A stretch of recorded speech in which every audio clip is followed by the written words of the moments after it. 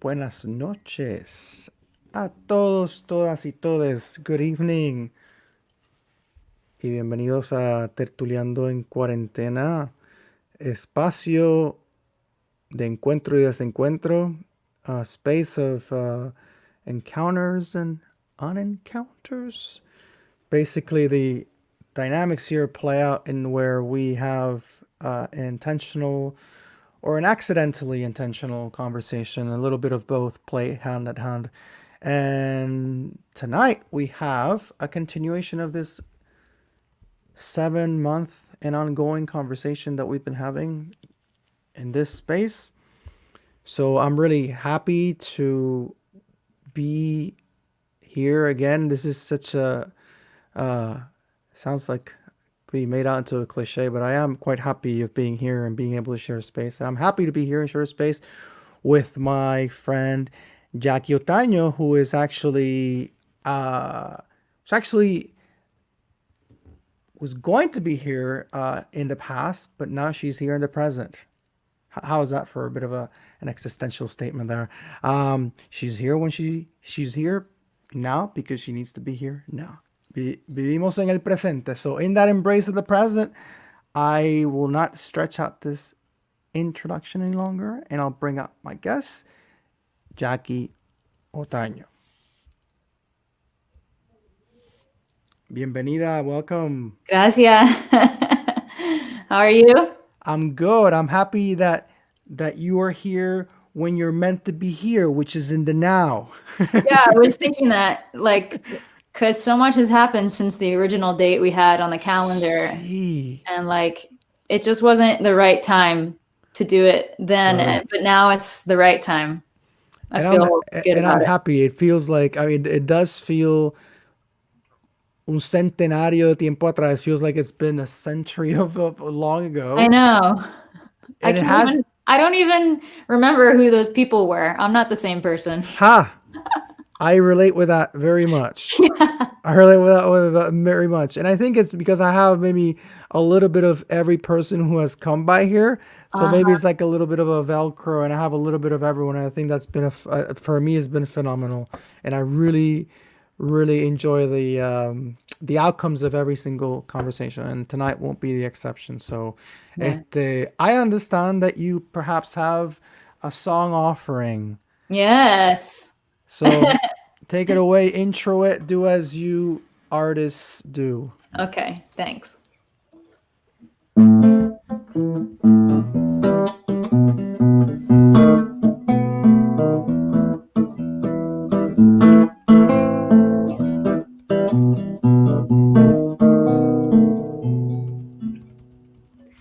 La luz de la mañana me despierta suavemente. El día está lleno con promesa de inventar. Ay, ay, ay, ay, me usa enviarme palabras. Ay, ay, ay, ay, que tienen enseñanzas canto.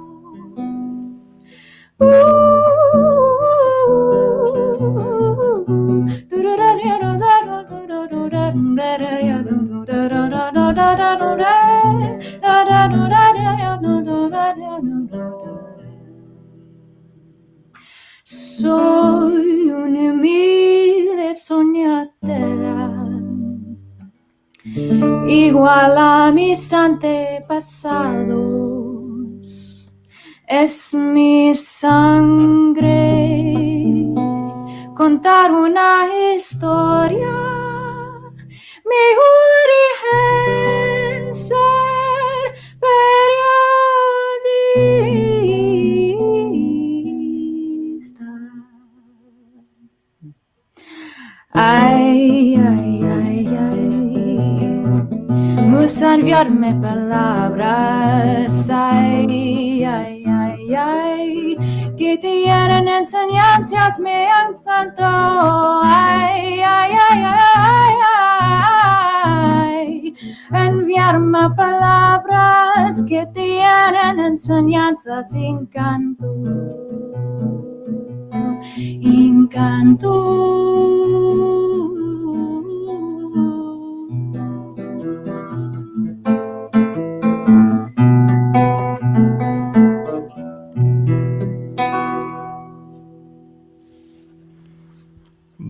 Gracias, Jacqui. Jacqui, what I understand that you are a you're for the main part an English singer songwriter, and Mhm. what made you given that we start with this, Mm. what made you write in this particular one in Spanish? What is perhaps the story or the stories behind that? Oh, let's see how far back we should go. um, well, okay, so my mom is Puerto Rican, and I grew up in New York and New Jersey, and but my dad is not Puerto Rican, so we had like a mixed households that way. But I was always surrounded by my five Puerto Rican uncles who are all musicians, and so I always would hear bolero music and the navideños, right? In Christmas time, all that music. And I always felt very drawn to my Puerto Rican heritage because that is mostly what I'm composed of, and I have always wanted to go after that. And we had a 100th birthday party for my uncle in spring of 2019, I think it was. And for the first time as an adult, I met like all my extended family in Puerto Rico. We went to Guaynabo, and we had this huge party. And it was crazy because I remember walking in and like seeing it was like if you took my face and put it on everybody else. Like I was like, I walked in and I was like, oh my God, these people are my blood. This is so crazy. And I got to know them, and they had a band there that was like a bolero quartet. They had requinto and cuatro, and I was like, my heart was just overflowing, realizing and coming to this ownership of the fact that this really is my heritage. So, um, and I felt estranged from it as like growing up because of the fact that I was not taught in Spanish from a young age. Like I'm not fluent; it doesn't come to me easily.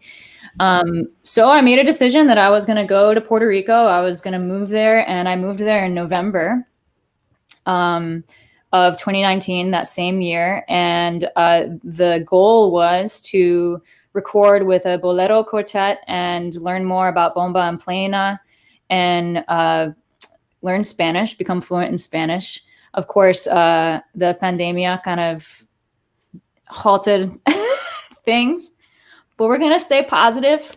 It wasn't what I thought it was gonna be, and I wasn't able to achieve everything I was hoping to. But I wrote this song in Spanish while I was in lockdown in San Juan, and I was just trying my best to connect with the culture as much as I could while being in Hmm. solitary confinement. So yeah. Which could allocate some relation with the fact that you were in solitary confinement alongside all the others. So in solidarity, you were being you were having a very authentic Puerto Rican experience within that time frame as to what everyone else was happening to be doing It's at that true. time. Nevertheless, of course, it's not what you or anyone. I mean, it's not what anyone, unless someone who has a very overtly sci-fi, like post-apocalyptic, perhaps type of mind that can conjure that scenario of what things could look like with a pandemia in the midst. And there you kind of gave me a little bit of an insight, and that's usually how I start the tertulias, talking about the pandemia. I guess maybe we can dig in a little bit more specifically in there Sure. as to I know that you were very specifically, you were in Puerto Rico when it Hmm. started, Yeah. and then you basically outlived that all the way through the summer. So yeah, so what were you, because you had been in Puerto Rico for a bit already, no, before the pandemia started. Yeah, so I moved in November, which was perfect because it was holiday season, and Oh, so I perfecto, mean, yeah, it's like that was the perfecto y best todo. time to go there, and I made a pretty good amount of friends really quickly, which was great because they took me around. I still have to go on What is it? Is it called chinchorro when you get on the bus and you go all in the countryside? No, chinchorrear, So yeah, chinchorrear as a verb would be kind of like if you wanna do kind of like a pit stopping to experience the different little kiosks and see, foods. I need to do that. Oh, That's the that's one thing I never got to because do of for. the pandemia, I imagine. Well, no, actually, I need to meet like an 18-year-old that will. Okay. I mean, I guess that's not true, but I thought it was something that like young people did. Yeah. And I didn't like meet somebody who was doing that. But yeah, I wanna go into the pueblos and I wanna do Claro. the parandas. I'm gonna Claro. learn those this time because Claro. that was new to me when I went there, so that was cool. But yeah, I moved there in November, so I enjoyed truly. A good 3 months, Yeah, 4 months almost of absolutely. the of how of the life that now seems so distant and in such a blur, in such a It blur doesn't kind of feel real. focus. It Yeah. feels, I mean, it feels everything you want to be nostalgic about. Um, so kind of involve me into what it was like for you. During those first months. I actually was happening. I was actually visiting Puerto Rico during March, and when the lockdown happened, and then Mm. I left. So what were you what were perhaps the very specifics of what you were doing, a nivel personal, a nivel profesional, a nivel musical, like what things were kind of keeping you busy during that time, before the pandemia hit, and then the pandemia hits, like how how do you how do you take it in? How do you process how did you process it? How did you process that? Okay, this clearly changes everything, and run me through kind of like the time of this time span of when it started up to now, which takes place in Puerto Rico, and then it takes place now where you're at now. So, and then the third part of the question is, I would like to maybe get some readings, I guess, from you. What have you observed as far as social phenomena that has come out in times of pandemia, like Mm. stuff that has come out of us humans more vivid or more undeniably that you have been able to see and observe. I mean, you can even just start with you, but things that have come up in times of pandemia that speaks a lot about us as humans. So, what were you Yeah. And then doing? What were you doing what were you doing pre-pandemic? Just oh, pre-pandemic. around that around that turn. Not, you don't Yeah. have to go far back, but around 2020. 2020 comes in, and kind of what you're doing around those first 2 months of 2020. Yeah. Pandemia hits, and basically, how do you take that in, and then the navigation of from there to now, Yeah. and then basically your readings on society in times of pandemia. If you forget, I'll Okay. refresh. No te preocupes. So pre-pandemia was freaking awesome. I felt like I was on fire. Like I was extremely hungry when I arrived. I mean, I didn't even waste a day. I got my ass over to the Conservatory of Music and started shaking hands on day 2. And was like, who do I need to talk to? Who are the voice teachers? Who can I meet? Who can help me? Like, because I want to make this album, and I want to become respectfully educated enough in the genre so that I feel like I can record it and represent bolero or bomba. And I felt like I really wanted to take it in as much as I could so I could respectfully be a storyteller through that genre. And I was doing really great. I met this amazing professor and musician, Brenda Hopkins, at Claro. yeah. And she took me all over the island to music festivals. She just completely took me under her wing and was so generous. And she's one of the best friends I've ever made in my life now, which is Did you incredible. know her before you went to Puerto Rico?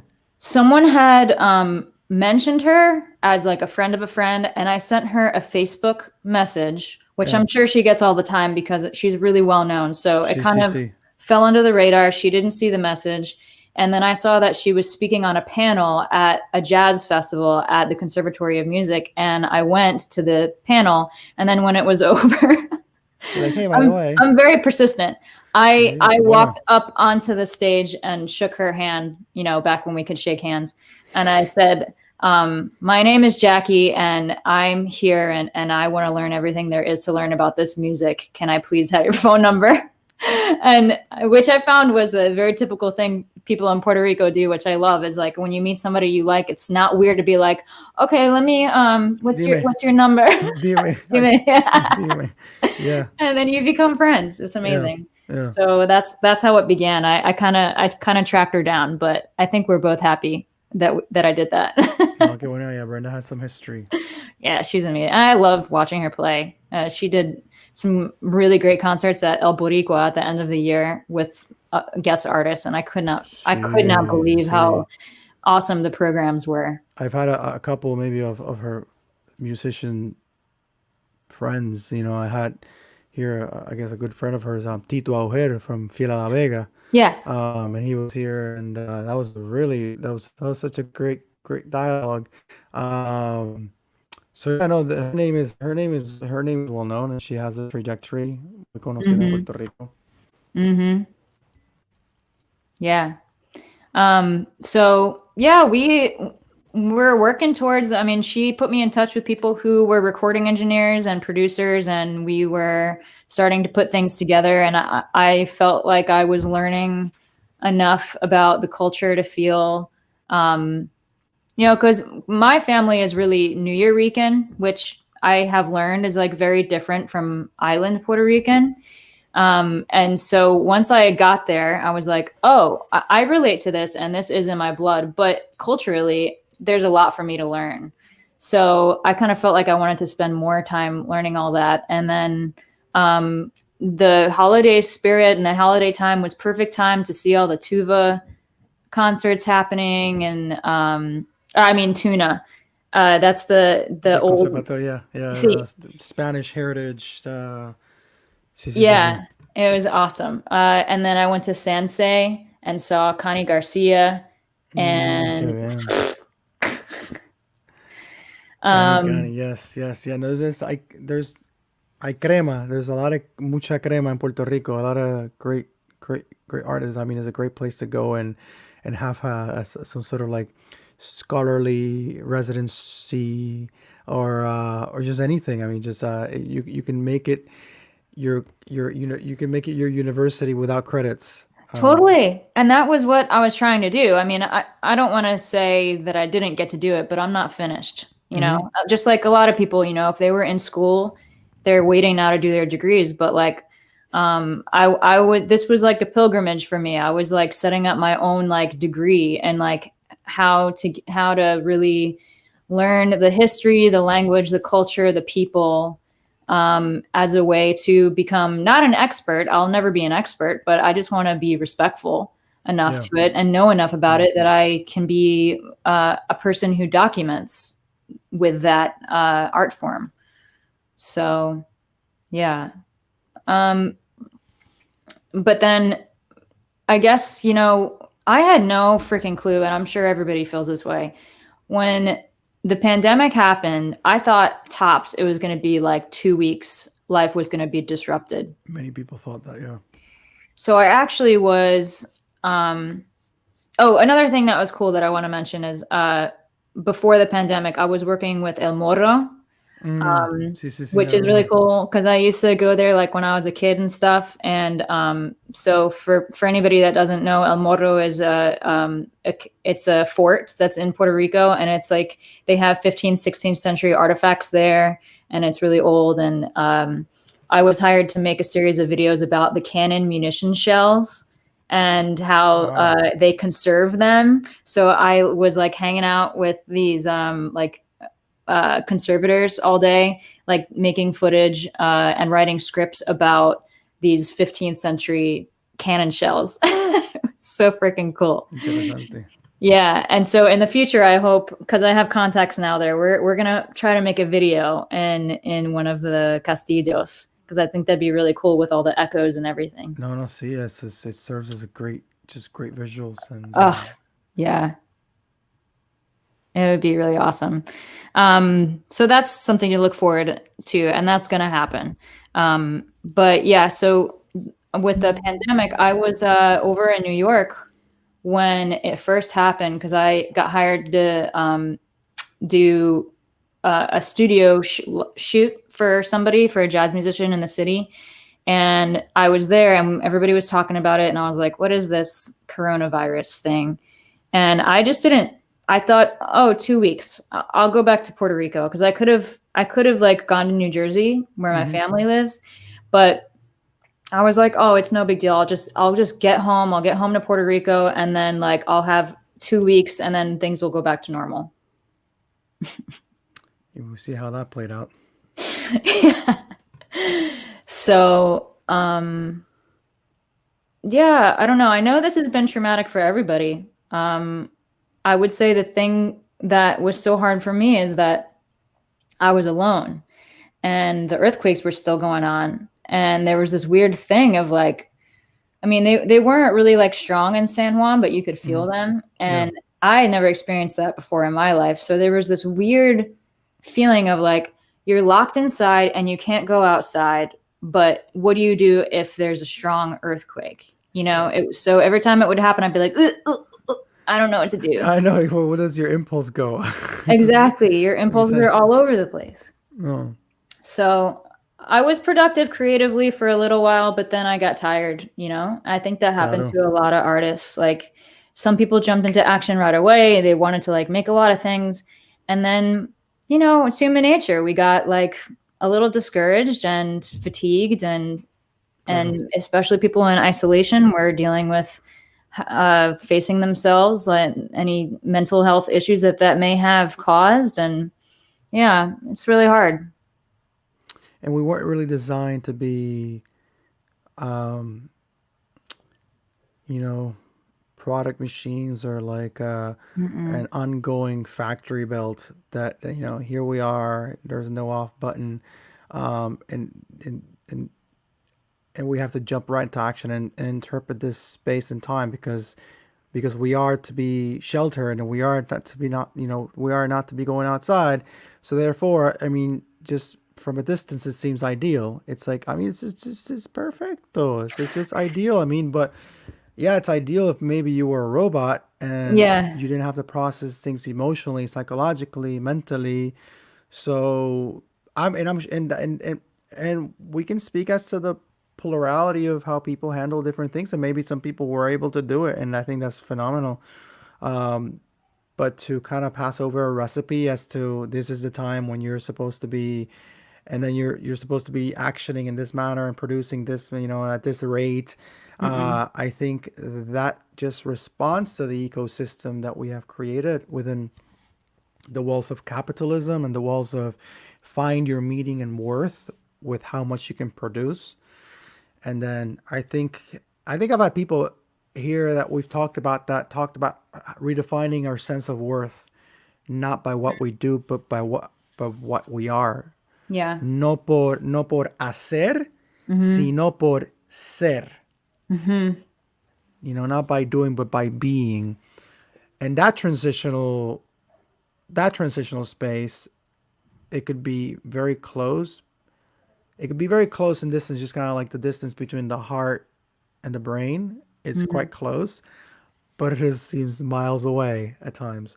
Totally. Um, so to be in that space and healthily kind of make a balance or healthily acknowledge that it is okay to to to handle it as one would handle it, because there wasn't really a handling workbook for pandemia you can reference century ago or whatnot, but it's different times. So when you decided to when you finally decided to go back to the United States, what were you feeling? I mean, as a person that went for something and then didn't exactly get what you were going for, which is it's in and of itself a little bit of a disappointment. But I want to know how you kind of transformed all that, if you did there, or how have you been sort of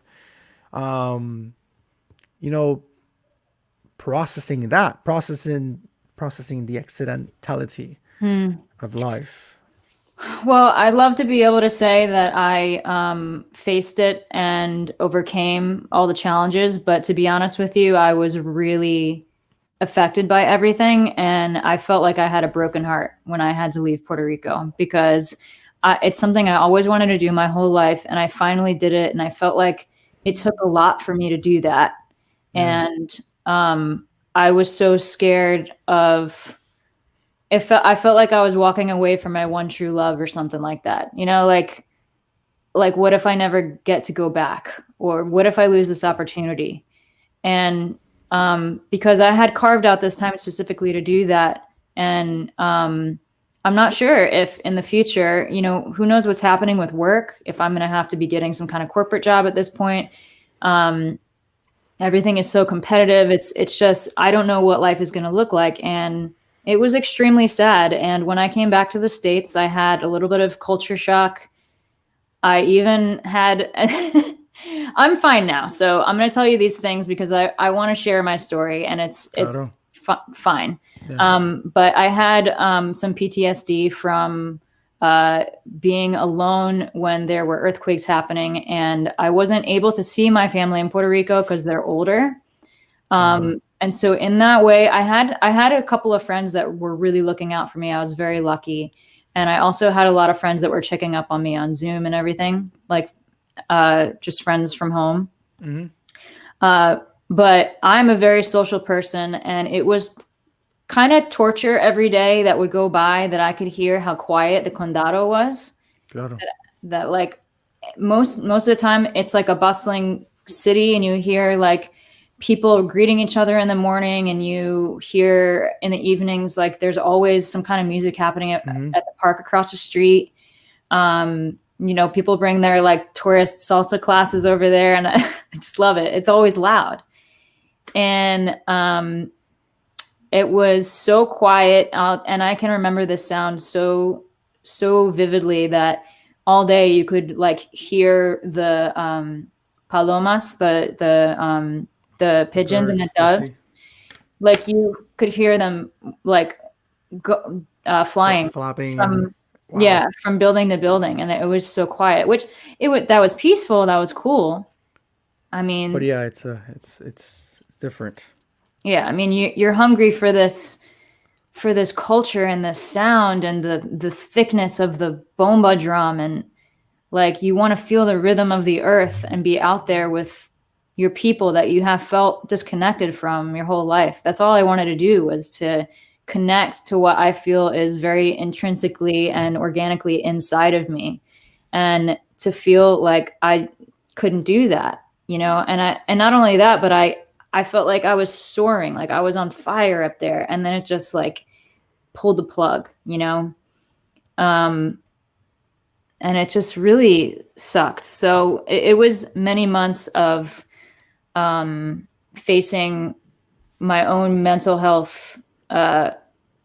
Like when I got back to the States, some of those things had to be addressed because, you know, I was very sad and very stressed out, had a lot of anxiety, Mm-hmm. and I was heartbroken.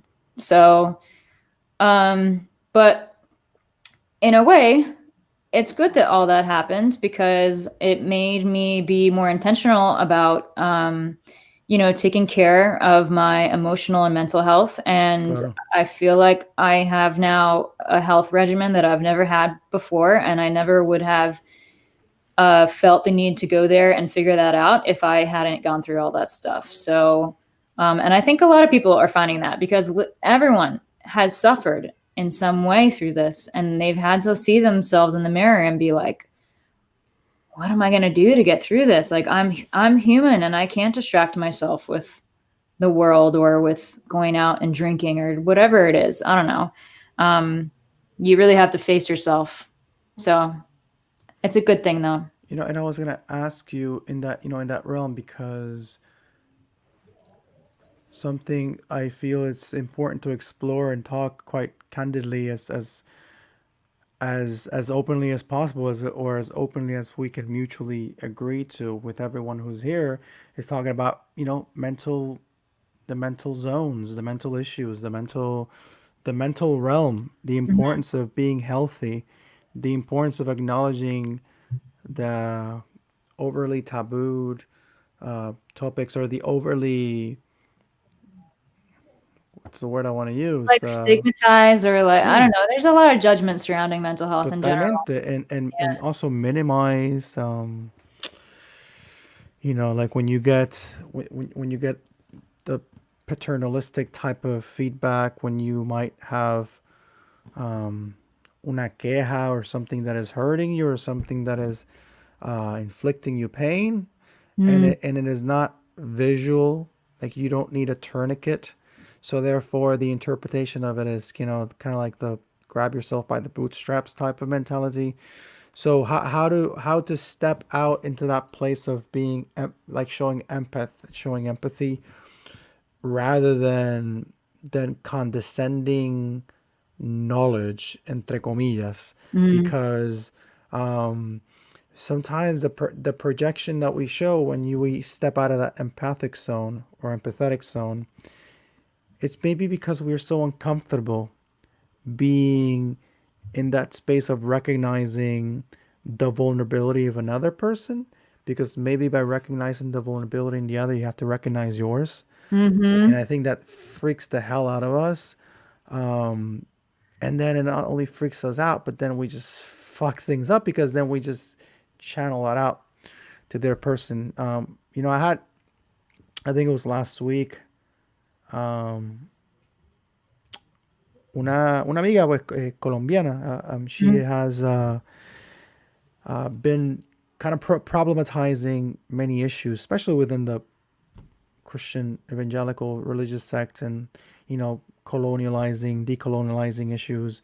And one of the issues he works with is that dynamics of gaslighting each other, and we do it so much and we don't even realize it. demasiado, because we think that we know everything. Yeah, and We we think we always know think everything. we're good and we're like perfect and we have our shit together. And it's so judgmental to that person and to yourself because you're not even giving yourself a chance to self-reflect. You're just like trying to get as far away from that as possible. Exacto. You're pushing away. And as you see that tide of sensitivity, or that tide of vulnerability is approaching, then you put your guards up. For some reason, you have accustomed your body and your ecosystem to associate that with something that needs to lift your red flags of danger. So then you bring out the defense mechanism, and then you speak out of that paternalistic gaslighting. I know what you're going through, and then you just need to do this. We feel like we're like self prescribed doctors, and we would just want to give prescriptions away at forth and fro to everyone, rather than just stopping and listening, even if we don't have the answer. Because that's I don't think that's what sometimes people want. They just want to be recognized as humans, Yes. and have the other person hear. And to be So affirmed. in your case, navigating the vulnerabilities that come into play with being alone, also being alone away from home. You're not home. You are in a different home. Hmm. And so whatever sense of, with as much as willingness as you have to be in that place, but it's nevertheless a sense of foreignness, a sense Yeah, of this is not my accustomed absolutely. space. So that leaves you a little bit more exposed.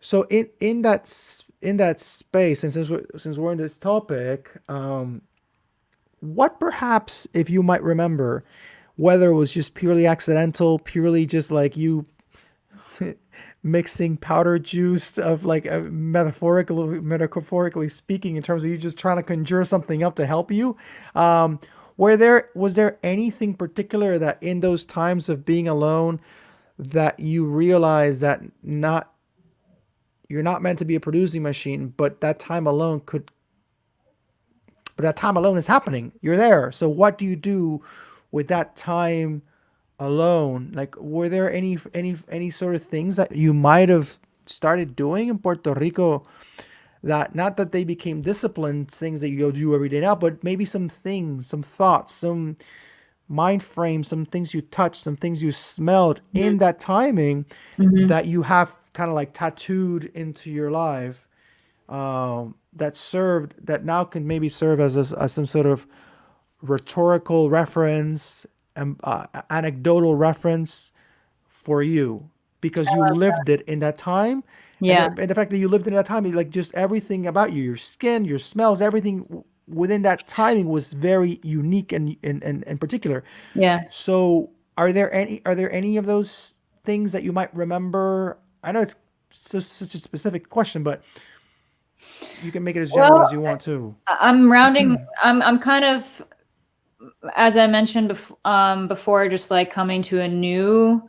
I don't know how to describe it. Like, I don't want to sound like I'm some enlightened individual. Like, I still have so much work to do, but I am facing like my emotional health in a way that I never have in my entire life.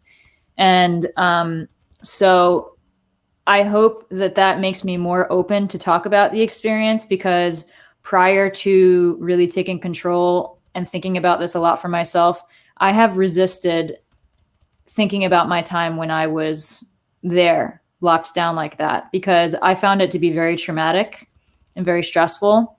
And I always wanted to be like one of those people that would just write beautiful music and put things out into the world that were beautiful, and not like coming from a place of trauma or a place of pain. Like, I just don't want to do that, but I shouldn't resist like that, because I still, just hearing you talk about the smells and the feelings, like you're taking me back, and I haven't really thought about it in a little while.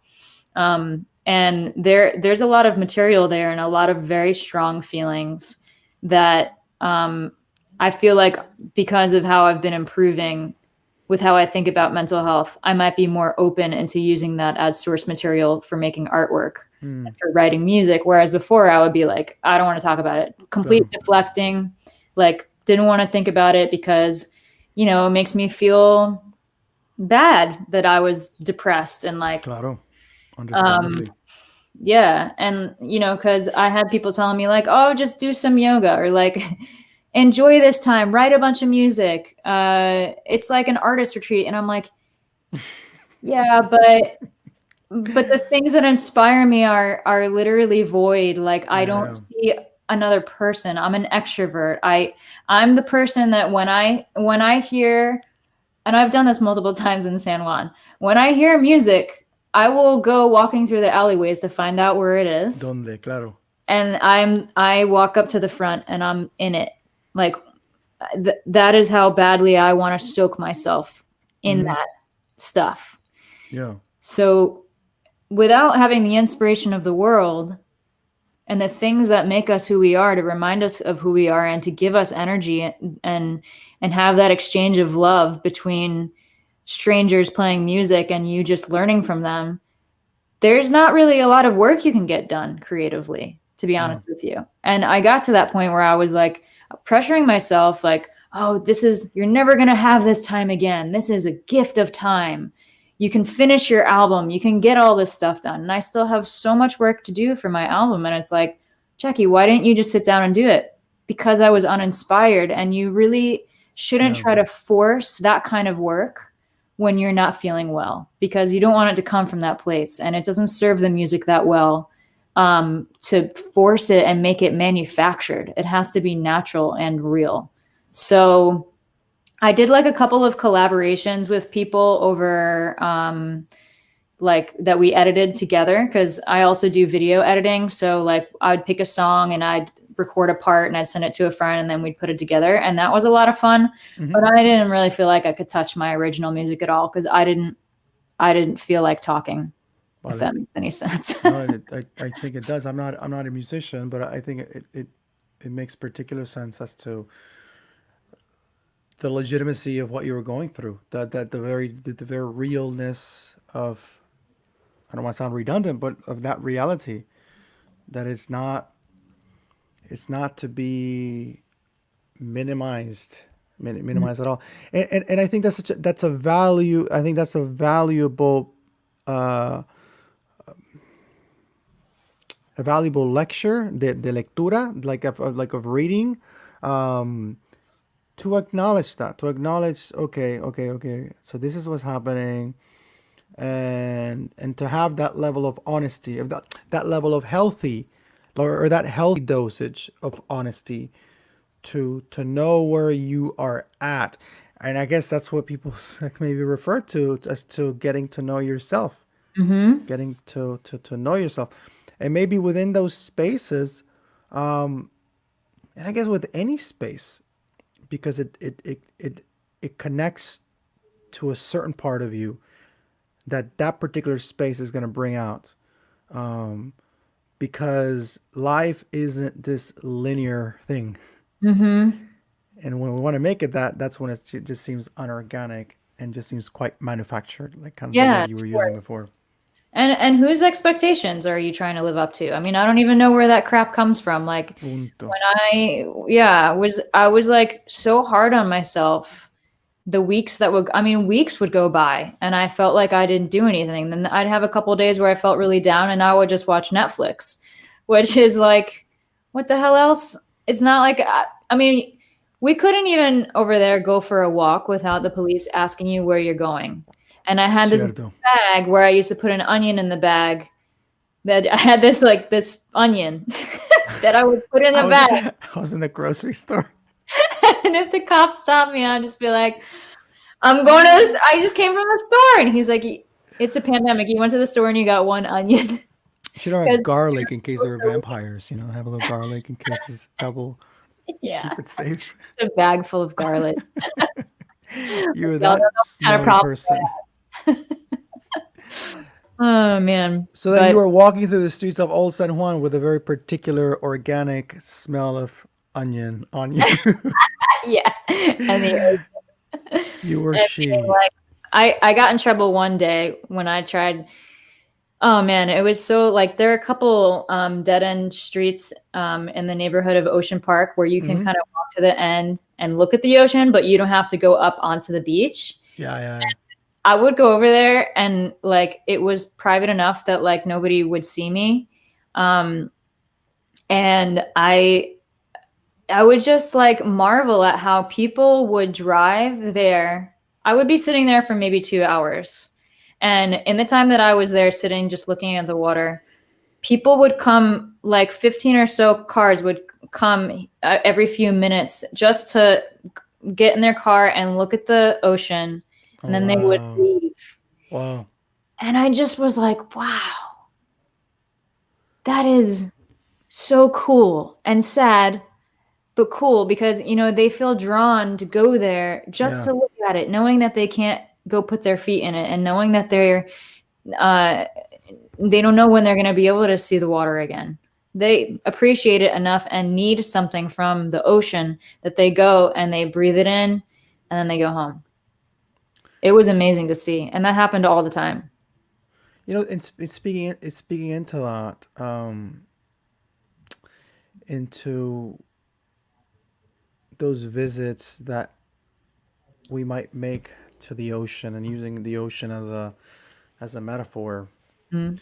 What are because that's something I asked everyone, and I don't want to, I don't want to miss the chance to ask you to get a notion of perhaps moments in your life that, just like people were acknowledging the power of the ocean, or they just that need, or not even maybe consciously acknowledging it, but something within their ecosystem was like, I need to be there. Uh-huh. So if you can acknowledge points in your life that you had moments of you had moments, you had instances, you had episodes, seasons, specific issues happen that turned out to be transformative moments, that you can recognize them as intersections or junctures that you can reference them now as, holy shit, this thing that happened definitely had some value and it led me to this, and now this is part of the reason I am the way I am. Mhm. So in a nutshell, like three moments or three seasons, three things, three somethings that you might remember throughout your life that are transformative, that were transformative in your life, you know, In my whole life, or just kind toda of tu vida, toda okay. tu vida.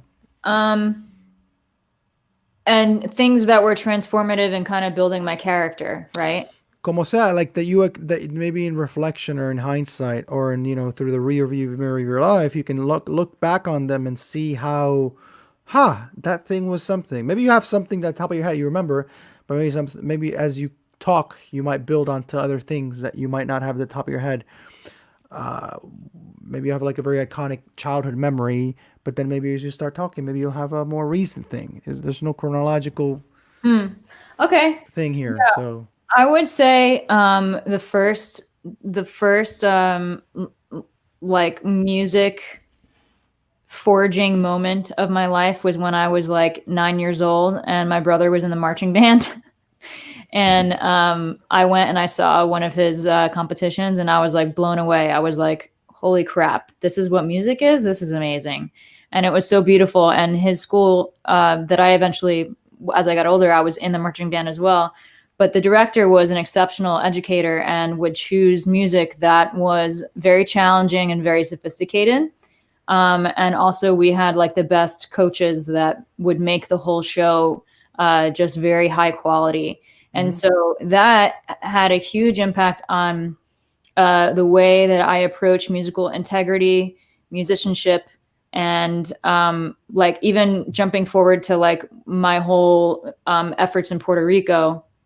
I took my music education and that the excellence that was expected of us and the hard work and the ambition. I took all of that and I applied it to that. And like I never do anything half-assed, and I know that's because, and I always do it like with a crazy I'm always hungry for it and I'm never satisfied kind of Yeah. thing. Yeah. And that definitely comes from my music education in concert band and also in choir, because it was the same thing. It was a very disciplined and inspiring atmosphere to grow up in.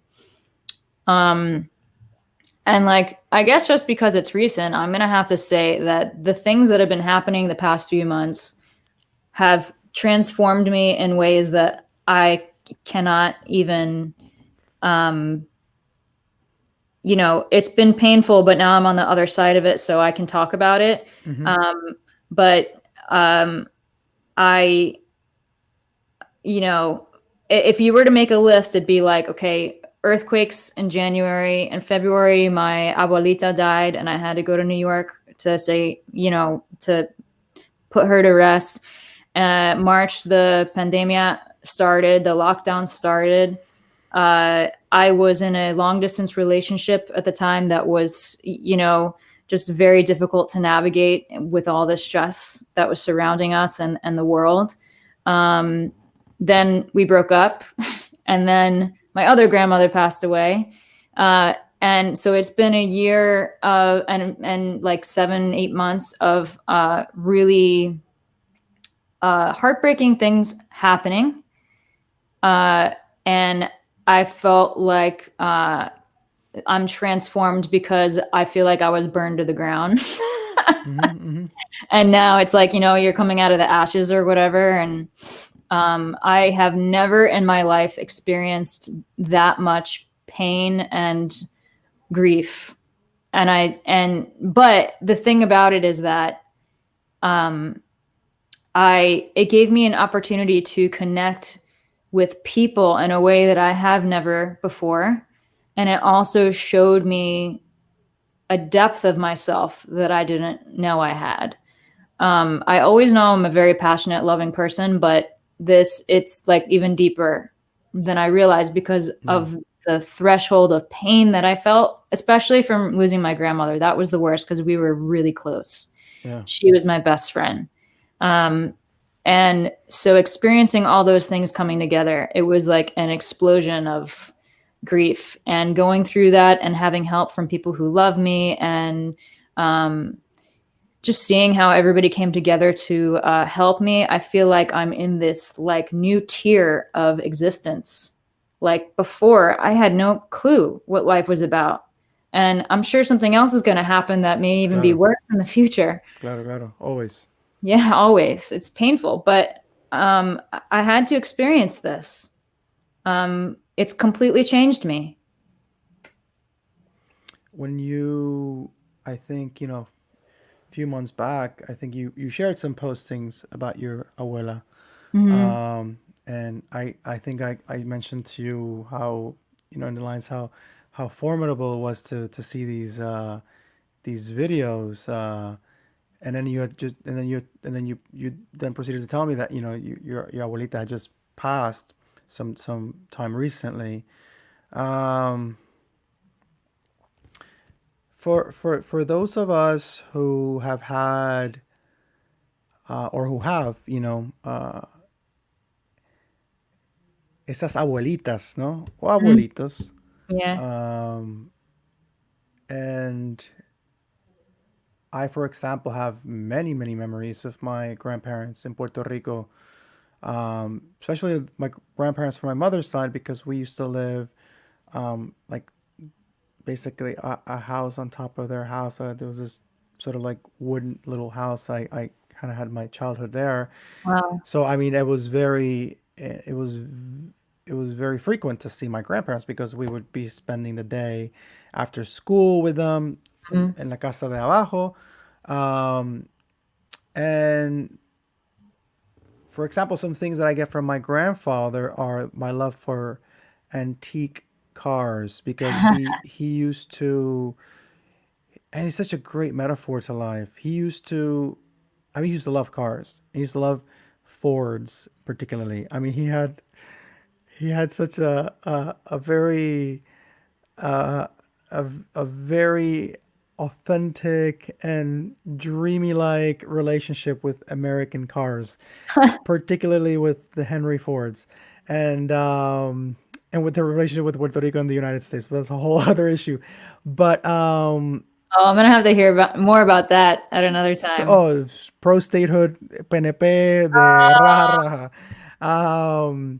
But as a human being that he was, I mean, like, he was such a human being. And my grandfather was a black man, and I mean, they would cariñosamente call him Congo.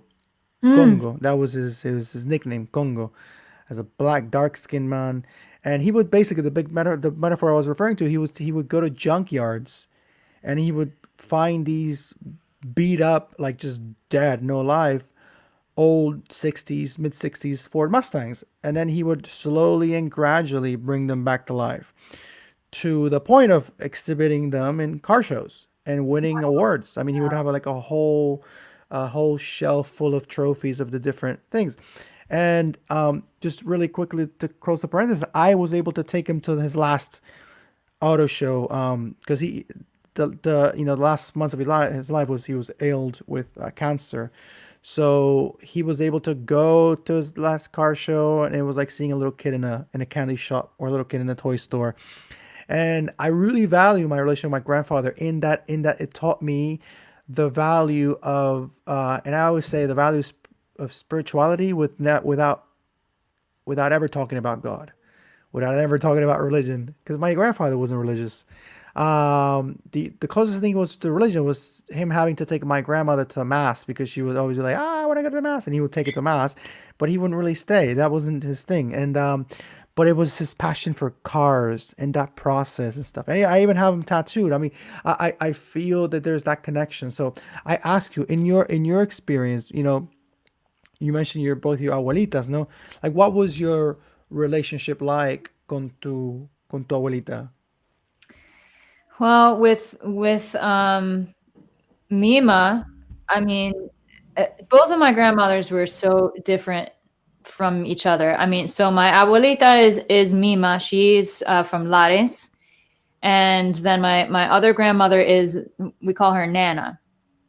And the one who I was really, really close with was Nana, because Mima and I had a little bit of a language barrier. I mean, Claro. she's bilingual, but I always wanted to talk to her. And my dream was to get fluent in Puerto Rico and then come home and have a full conversation with her in Claro. Spanish. And she just like she taught me so much about hard work.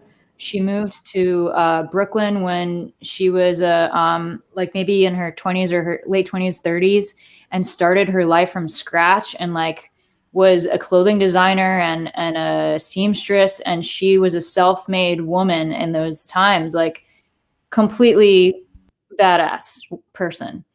Um, and can you still hear me? Oh, okay. um, and I really admired her patience, and I was always so grateful for her to her for giving me the blood, because I know that she's my connection to my lineage and my heritage, and being Puerto Rican, she gave that to me, and Claro. I'm so freaking grateful for that. I'm always gonna have that because it came from her and it's part of me. Um, and then my other grandmother, we had a very close relationship. I actually lived with her when I was a teenager for some time. And always used to joke around that she lived so long that our souls were repeated. Mm, Like I was like her reincarnated because she lived sí. so I old, like that. 98. Um, and we just had so much in common. We would laugh together. She was hilarious. She also gave me a culture in the way that she grew up in New York. And Yeah. I love New York. I have, an affinity from New York. I was born there, and that has a culture of its own that I really appreciate and love. And she shared that with me. And she was like a bottomless pit of interesting stories. I mean, you could just ask her, "Hey Nana, what was it like walking down the street by Rockefeller Center in 1942?" And she would just come up with something and tell you, That's "Oh, well, I was walking over there one day and I saw the Rockettes getting ready to go in." And it's like, what? storyteller. I love that. Yeah, and Mm. she also loved jazz, because when she was a young woman in New York City, big bands and dance clubs were a really huge deal. And I'm trained in jazz singing, and most of the stuff that I love is like 1940s big band stuff. And so not only did she teach me a lot of the songs, like tell me the songs that were her favorite songs that I should go study. So she was in that way like a inside source of information. Mm. But also like I would learn it and I would go and I'd sing it to her, and she would just look at me like, "Oh my God, you're a marvel." Like, because she hadn't heard that music from a real like person singing. Like a live performing person. Yeah. Yeah. Yeah. So we connected deeply on a musical sense, and also just later in her life, she wasn't like my Mima, like really, how we are like just affectionate and we touch each other and we love each other and Yeah. we are very vocal about how we love each other. Nana was not like that, but I put that on her. Mm-hmm. And like later in life, I felt like I gave her affection that maybe she didn't have in her life. And so I also am grateful for that part of my Puerto Rican heritage, because I feel like I embraced her with that, and it was unfamiliar at first, but then it's something that she really appreciated towards the end of her life. Eso está fenomenal. Está fenomenal. Este, that's a little bit of the vibe I got from the videos I saw. Like she seems like a comical person. Oh yeah. Just very New Yorker. Yes. That seemed to come out quite undeniably. And New Yorkers build a bit of a tough skin. They kind of have they have stories too in general terms. I mean, because so much to so much to experience in New York. Para bien o para mal, like it's and especially your grandma must have lived to all the different eras that she went through, Exactly. the testimony of the changing of times in a Yes. city like New York. Yes. Amazing, right? It always blows my mind that she lived through that. The man, seriously, I can't even perceive it. I just both of them, both my grandmothers, because they were in New York for many years, but especially Nana because we had the same interests. Like she liked jazz, and she and her husband, my grandfather, belonged to like 14 different dance clubs. And Wow. go and she said, "Oh yeah, we filled up our card every night," which she had to explain to me what filling up the card was. Like you dance with other people, and there's like a live big band there. Like I was born in the wrong era. No, no, that's I mean that's Yeah, but speaks us then to a very specific time, you know. yeah, within the 40s, the 50s, the 60s, the 70s, the 80s, and that like Yeah, it's a what lot. the hell, man? A lot of change. A lot of change. There's a lot. There's a lot of doctorate degrees in there in terms of reading. So much could be dissected and finally elaborated. You know, especially with a city that the city that has birthed so much. Oh In God. terms of speaking about music, you know, salsa. Mm-hmm. Speaking about, you know, nuestra herencia puertorriqueña y también cubana, that fusion of that carnival of of mixology that happens there. It's, I mean, I don't, Sabor. it's mucho sabor y sazón. Sometimes you gotta take a little bit of a pause. It's just, it's a lot. I mean, someone who's lived in New York and stuff can definitely process it well. Like for me, it was so much. I lived there for a couple of years, and it was so. It can be a bit overwhelming too. Um, Pero it doesn't. Yeah, there's no pause button. It just and I think in that being a bit of that nature is why it results to all these different quote unquote magical things happening, because if that of that space and time of all those particular ingredients, and that's why you Yeah. can get that laboratory functions to create those things that transcend and that travel the world. You know, the Mhm. things that travel the world originate there, and originate there because of the humongous mix of different cultures. So Mhm. then we're visiting again the power of diversity, the power of coming together, and, you know, yes, finding our differences, but finding so many similar things that we have. Oh yeah. Um, Jackie, when you you know, now you're currently living in, are you in North Carolina right now, or Yeah.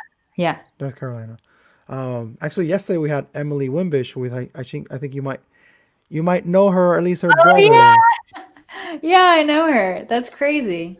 So hay una relación ahí un poquito Yeah. accidentada. What a small world.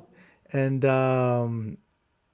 you know, something I asked Emily, and I think I can ask of you. I mean, obviously acknowledging the differences, is, you know, for her in her setting, you know, festival going and the culture of festivals, and that plurality found in festival attending, festival going, festival volunteering, burn festivals, and that type of that. You know, it has shaped her. So you as a musician, do you have you know, what experiences in that setting, whether it be just referencing North Carolina, and if it is in North Carolina, great, because the speak to that specific geographic location we spoke about yesterday.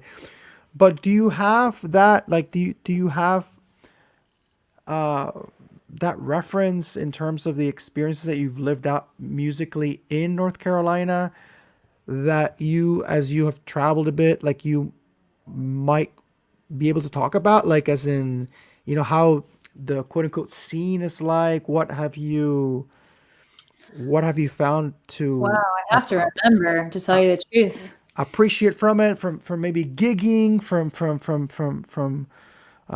the artistic interexchanging? I'm curious. I mean, my proximity to North Carolina was through a festival too. I mean, that's how I met Emily. You know, through this Wild Goose Festival that happens there every so often, every year. That's how I came to know her and her brother and the collection and all these different acts and some friends I made, some really good friends I made over there. So, I mean, for you living there, did you partake in the music scene there in North Carolina, or is that like a no? I mean, I'd have to say, North Carolina is a beautiful state. It's a great place to live. The city where I am, I would say, has limited opportunities for the genre of music that I do, which is mostly jazz. And then even on top of that, more Latin stuff. So I can hire people that might know a little bit about that, but they don't like. I can't find a cuatro player here. I can't find a Mm, requinto player. So in general, like there's one gig that I do here that's at a hotel that I love, and that I used to play that only every 3 months. Besides that, I've always, ever since I've lived in North Carolina, I've had like kind of a, what do you call it? Like, I would go to New York a lot. Like it even sometimes was 6 months out of the year I was there, and mm-hmm, 6 months I was here. So really, when I would do music, I would play up there in mm-hmm. New York, because the kind of settings that I look for are like intimate jazz Claro. settings. I don't really, both as a listener and a performer, I I don't like the festival atmosphere. Um, for as a performer, it doesn't really give me the intimacy that I look for, Mm-hmm. because jazz is so, and folk is like so reliant on conversation and responding to one another, and it's really hard to do that when you're playing on a stage where you can barely hear yourself. So Yeah. that's my experience with that. And then as a listener, I also just really prefer the listening room type atmosphere where you can Mm-hmm. really hear and have good sound, and you're sitting and you are able to study and really listen with intent to what each person is doing. There is one place called Sharp Nine Gallery in Durham, North Carolina, that has the kind of listening atmosphere that I like. And it's very focused and very quiet in there, and they bring through the best musicians. And those are the memorable moments for me when I see a small ensemble in an intimate setting. So that's more my vibe. No, and that speaks as to what you do. That speaks as to the environment that you have, harvested musically. Mhm. Do you have and speaking as to more into the Latino or the Hispanoamericano musical influence, are there where where at least you're living or in close proximity, comunidades latinas, comunidades latinoamericanas, that wherever there's two or more Latinos, like there's always there's I mean the setting speaks as to what is going to be in that area, so like the demography is going to speak as to what type of businesses might be there, what type of venues might be there. So has that been something you've explored in like in the US in terms of las comunidades latinas, no? Um, y quizás specific communities latinas, maybe comunidades puertorriqueñas, comunidades del Caribe that you feel might cater to that type of. I mean, if you're in a Mexican neighborhood, you're definitely gonna hear un mariachi. You're bound to you're gonna hear some mariachi, música ranchera. Yeah. So have you explored that, or have you ever been in that close proximity of kind of just stepping in as a as someone who kind of want, like you were saying in Puerto Rico, kind of wants to soak it in, but maybe not even necessarily a Puerto Rican culture, just a Latino culture. Have you ever had that experience, like within a setting, or maybe you have the chance of to be gigging in a maybe Latino jazz? I mean, just Latino or. That would be cool. I want to do that. In North Carolina, if anybody knows where the Puerto Ricans are in Greensboro, please tell me. But I also enjoy. There's also a Latinx community here, and actually, I do salsa. I used to before COVID. I had a really great group of friends that love salsa dancing, and Mm, they're so hardcore about it. And most of them are Mexicanos, but like they love salsa music, they love Puerto Rican music, and we also do bachata. And I really enjoyed getting to learn about bachata because I had never heard sí, that kind of music. It's so sí, different. sí, sí. Yeah. Um, so like I enjoyed getting to know that, even though, like that's not necessarily my culture. Like Claro. bachata is kind of Colombian. No, la bachata viene siendo más dominicana. Yeah, the La Dominicana. bachata, there's a lot of history in there, and like everything, like the salsa, that you explore the older salsa, and then you explore more the newer, more mainstream, and you feel the difference, como le dicen the older salsa, they call it la salsa gruesa, ¿no? Que tiene ese Fania, el Gran Combo, toda esa dinámica, Héctor Lavoe. Mm. And then the more newer, you have like Mark Anthony, that kind of steps into more ballad like, but and the same thing in bachata. You go like old back in the day in bachata, you have a very distinct sound, and now you have a more, like Romeo Santo, like a more contemporary type of bachata, but there's like the ballroom bachata, and then there's like the chinchorro bachata, you know, and they produce very different feelings. Raucous bachata. I like that. That's cool. Oh man. But Yeah. my Dominican brothers are gonna have to step in on that. Yeah, they're gonna come for you. Oh, Always, always, always. But uh, let me get my voice back again. okay. Uh,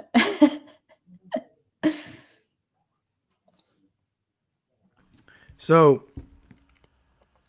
and I asked that because there's a thing I for example, as I've traveled, and I've been in places like, for example, in Germany, where it isn't exactly a harboring nest for Puerto Ricanos, yeah.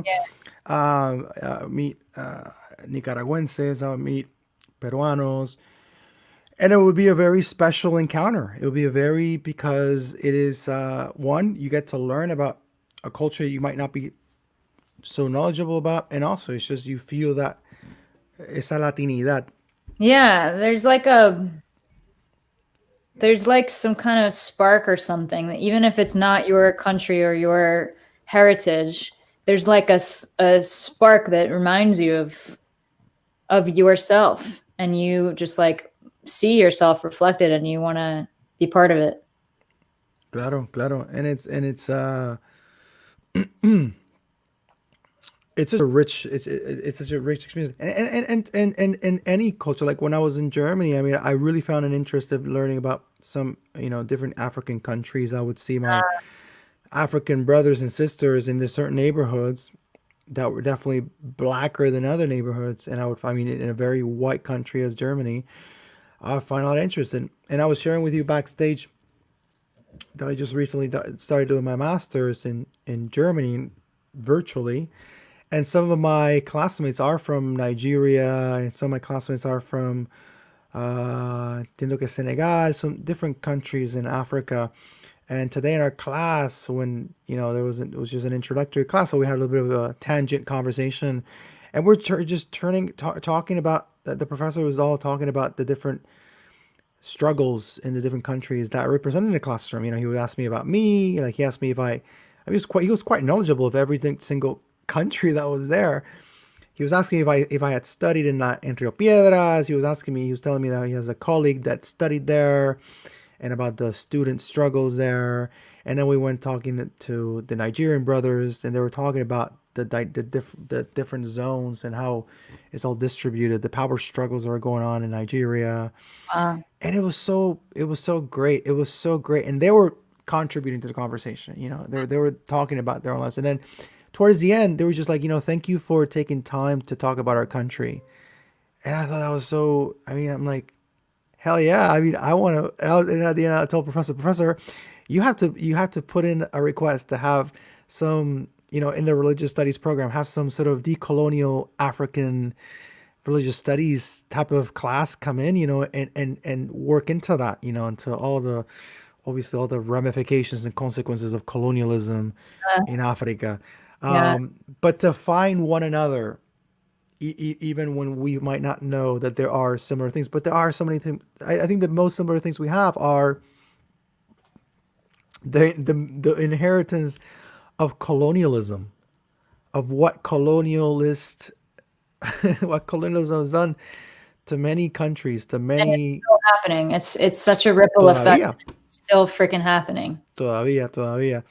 Do you feel that, now that that kind of just came up in your time in Puerto Rico, did you did you learn something about that? I mean, that you most likely already knew, but did you um just even without talking about it, like that, did you make any readings as to, especially just the relationship of the Puerto Rico with the US? I mean, just that in and of itself, that strange, that strange place of so much U.S. American visuality, visibleness, that you see it around you, but yet at the same time, so much Spanish, so much, like, that so much Spanish that it isn't just in a pocket; it's the whole island, and that speaks a little bit about to the resistance as to those attempts that have been made to Angloize Puerto Rico and that haven't been effective. Do you have any comments on what your readings were in this particular? I know you've been to Puerto Rico before, but in this particular time that you lived there, as to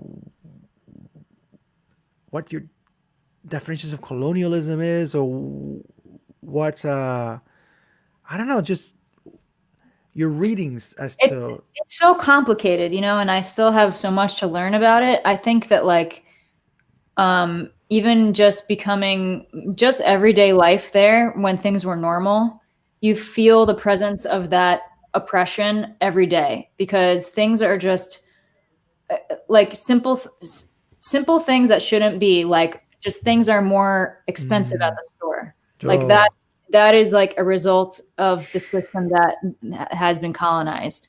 um the fact that like politically when things are going on, like Puerto Ricans are not really part of the conversations that are happening in the States, yeah. and vice versa. I mean, Wanda Renuncia was happening when I was there, and I went to some protests, and I was trying my best to learn about what we were, looking for and what we were trying to achieve. And I had a lot of conversations with a lot of natives who, you know, would I would ask them a lot of questions because I'm kind of like you, like I'm very curious, so I ask a lot of questions. Um, and I remember a few very long conversations. Oh my God. And then what happened when I was there was when they found the warehouse full of FEMA Oh, aid. yeah. And I, even That not hits. being, yeah, I don't even know if we should. No, no, no. Okay. No, habla, no. I mean, that's a visual emblem of what Puerto Rican governmental corruption is like. That Yes. is, it's And nothing it's new. all a result of everything else and this weird relationship with the states and how we get used all the time and how um I just I just don't understand it, and like I'm kind of like speechless when I think about it because when that happened, there was part of me that was like, "Oh, you don't have a right to be upset about this because you grew up like in the States and you don't Hmm. really know what it's like." But I had a visceral reaction to that crap when I saw that.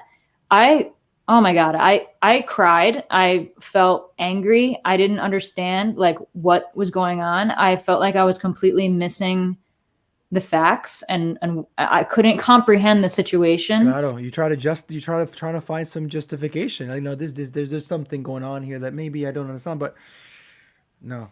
Yeah, and then when I would talk to people about it, I was trying my best to ask questions and be respectful, but also not interrupt the conversations that they had to have with one another. Claro.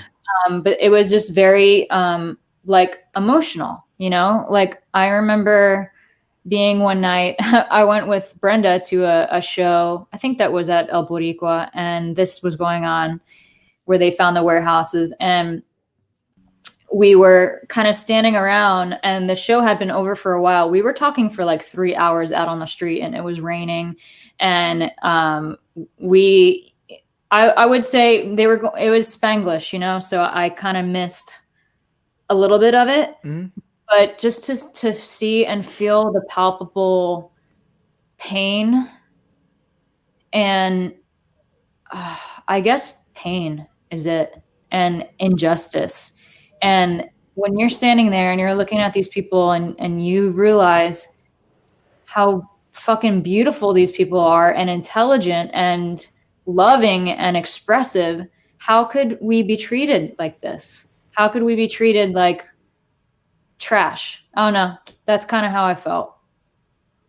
It makes a lot of sense. I think anyone should be indignado con with that revelation because I mean that should still even be conversation, but since it's so many things that goes to the back burner because it's so how do you keep the conversation going and I mean right now as we are on the víspera on the eve of the elections that are coming up as well just like they are here in the US.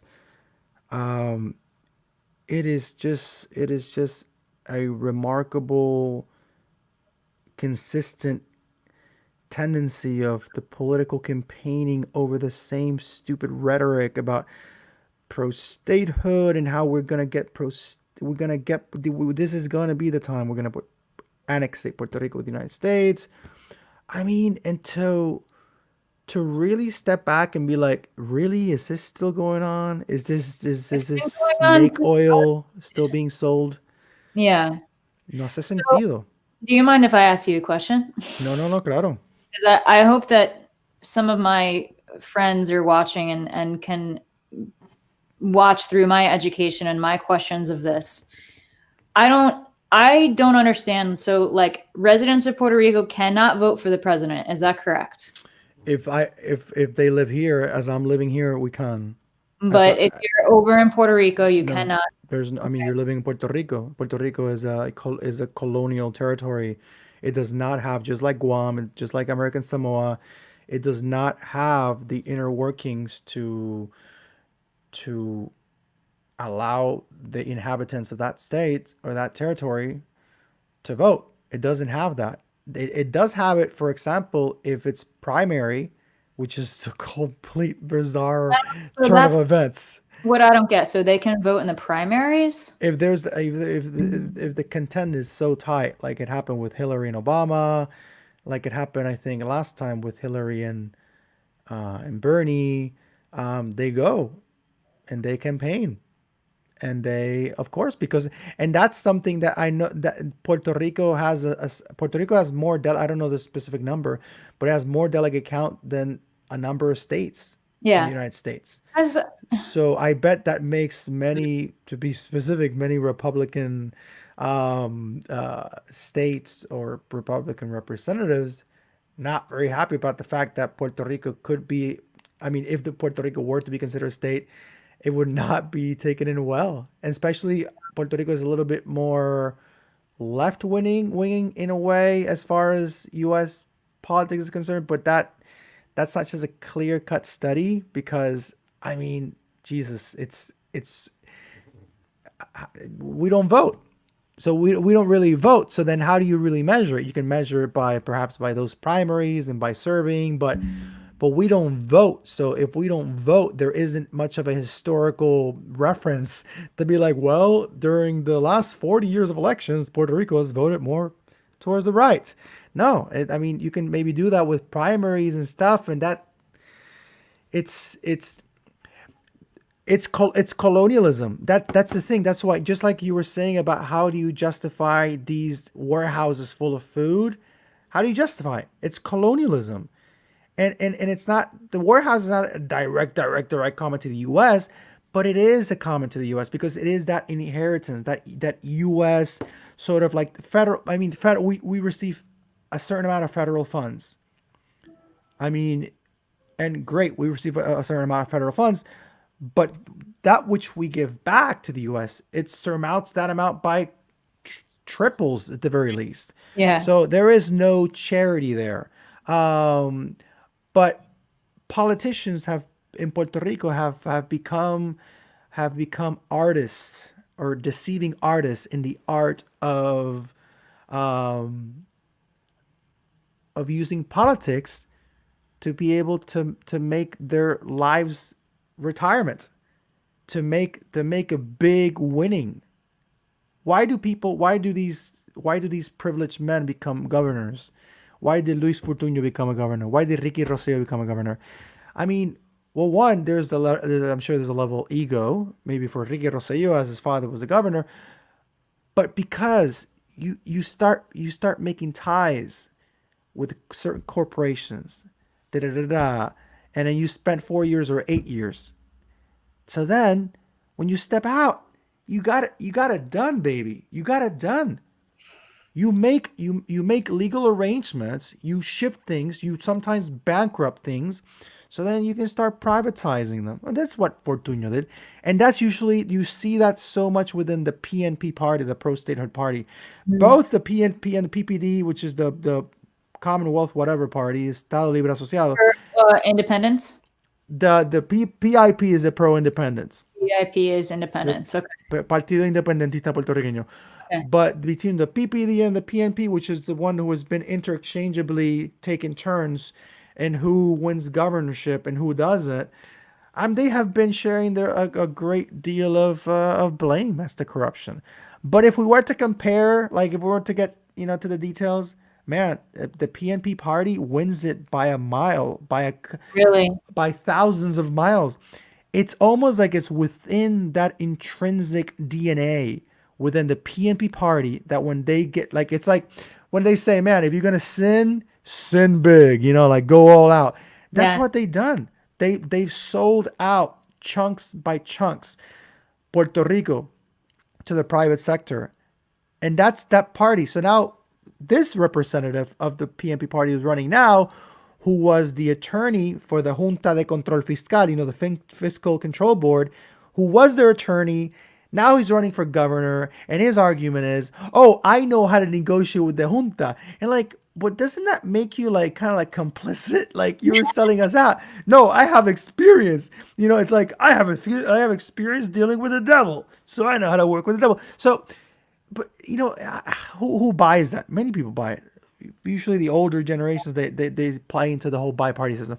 So, what goes on in Puerto Rico? You have a colonial regime perpetuated by local incompetent governance that don't want anything to change because they want to keep on feeding off of federal funding.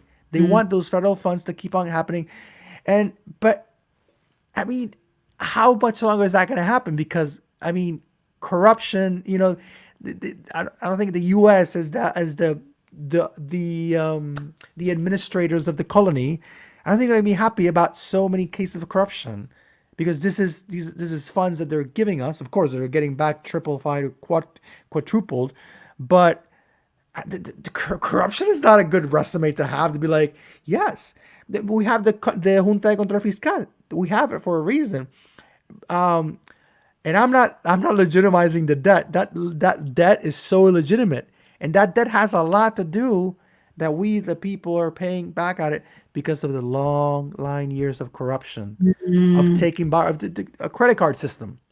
Oh no, let's make a little train. Let's make a pointless train from Rio Piedras to here, and then who's gonna build it?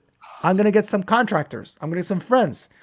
Yeah. I mean, the perfect thing happened with the COVID, Yeah. with the tests. Like, what was going on there? They were gigging with some private company, and then it came out that they were supposedly contacting this company in Australia that didn't really exist.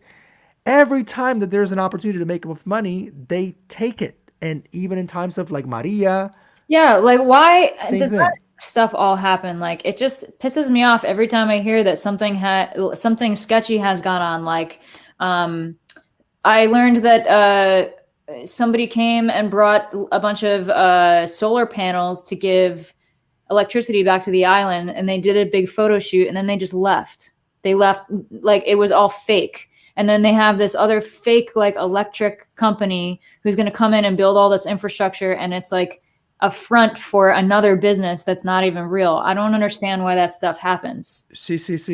Yeah, you have the you see there the inner workings of what it is like to take positions in high places and then give very incompetent friends of yours gigs of certain They're not trained. They're aspects. not Of course even. not. I mean, that happened. That the perfect illustration was with Whitefish and Whitefish and Huracan Maria. It was a company that was supposedly contracted to bring the power grid back up. Yeah. And then it was resulted that was a company. It was like it's like if you make you make a lemonade stand last week, Yeah. and you're selling it out like you have this legitimate experience making lemonade. You are the mother, the cream of the cream of lemonades. That's how it was sold to us. And then it was found out it was a company that barely had any employees.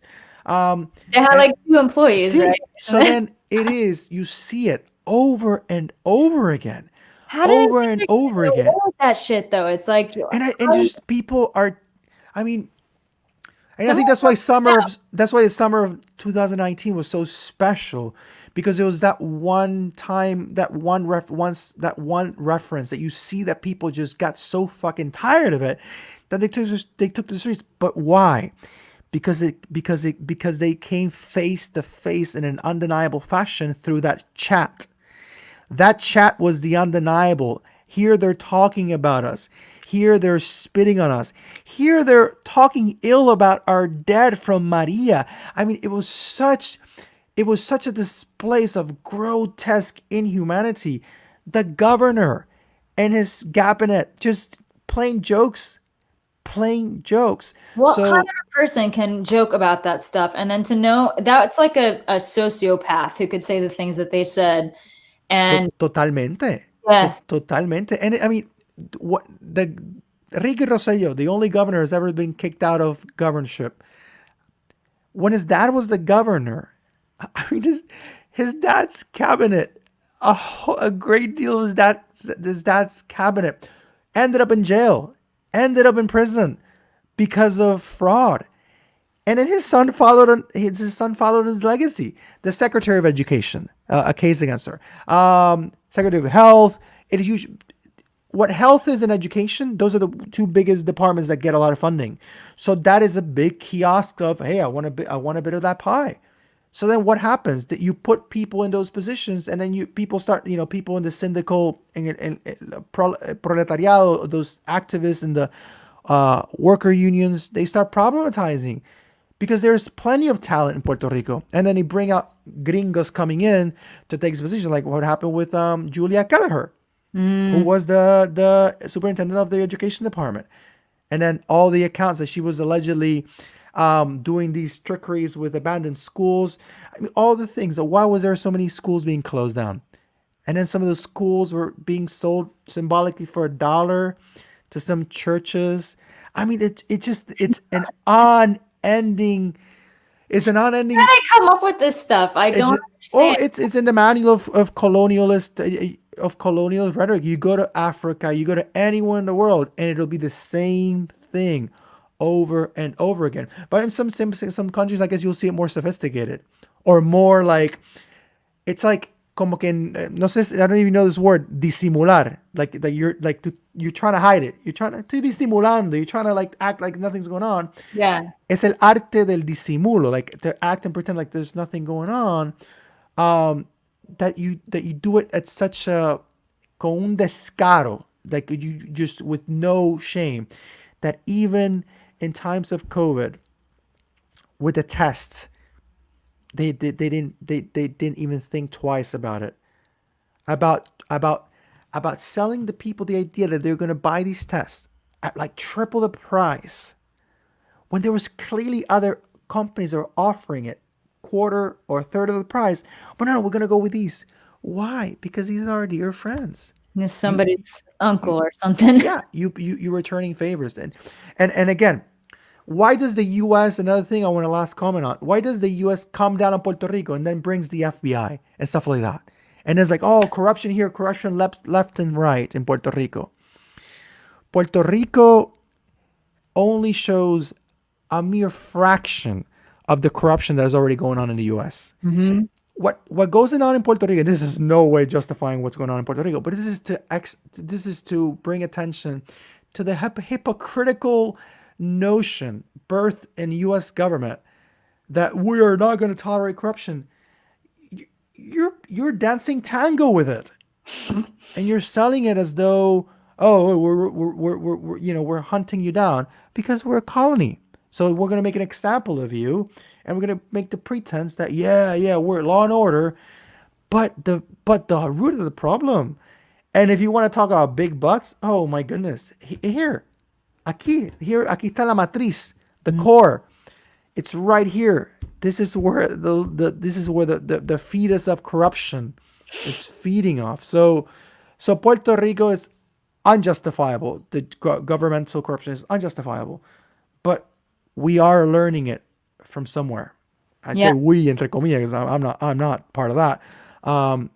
And that's the thing. And so when you see people mobilizing, when you see people going on social media, puertorriqueños y puertorriqueñas, speaking truth to power about these things, especially now as an election is coming up, and we see a bit of hope of change with some parties coming out. They're not in the bi-party realm, but then you still see that heaviness tilting towards the bi-party. So you're like, when is it going to stop? Even just today, René Residente, Calle 13, he made a bit of a controversial statement. He went and he asked Juan Dalmau, who is the governor, the party, the PIP party, the independent party candidate for governor, and Alexandra Lugaro, who is the female governor candidate for this new party called Victoria Ciudadana, who she has made a big boom. So he made a call to them, and he says, I don't know how you might be able to do it, but I would like it if you guys can make an allegiance. Si pueden hacer una alianza, ustedes dos, because he feels that, it's a pragmatic invitation to get a good gross amount of votes away from the bi-party system and to have some level of possibility. Now, there's a whole level of legitimate critique you can make to that. But I think that speaks into the level of desperation that there is. Like that you see that Victoria Ciudadana through Alexandra Lugaro, they're getting a big chunk of votes. They're getting, they're really tilting the equation. And that scares the bi-party system. But then you have two great candidates, Juan Dalmau for the independent party and Alexandra Lugaro for this new party, Victoria Ciudadana, who is actually a collective of different types of ideology. She's an independentista, but she has people in her cabinet that are of different ideologies. But they're trying to bring forth a more genuine approach to politics. So René released that today on Instagram. And that is definitely, if you go on Facebook amongst Puertorriqueños y Puertorriqueñas, they're going to be talking about it. Like I even mentioned something about it. There's different feelings about it. But I'm bringing it up because that is the level of desperation that there is. Like, we cannot, again, Wanda Vasquez is not even a governor elected by the people. So, and she thinks she is.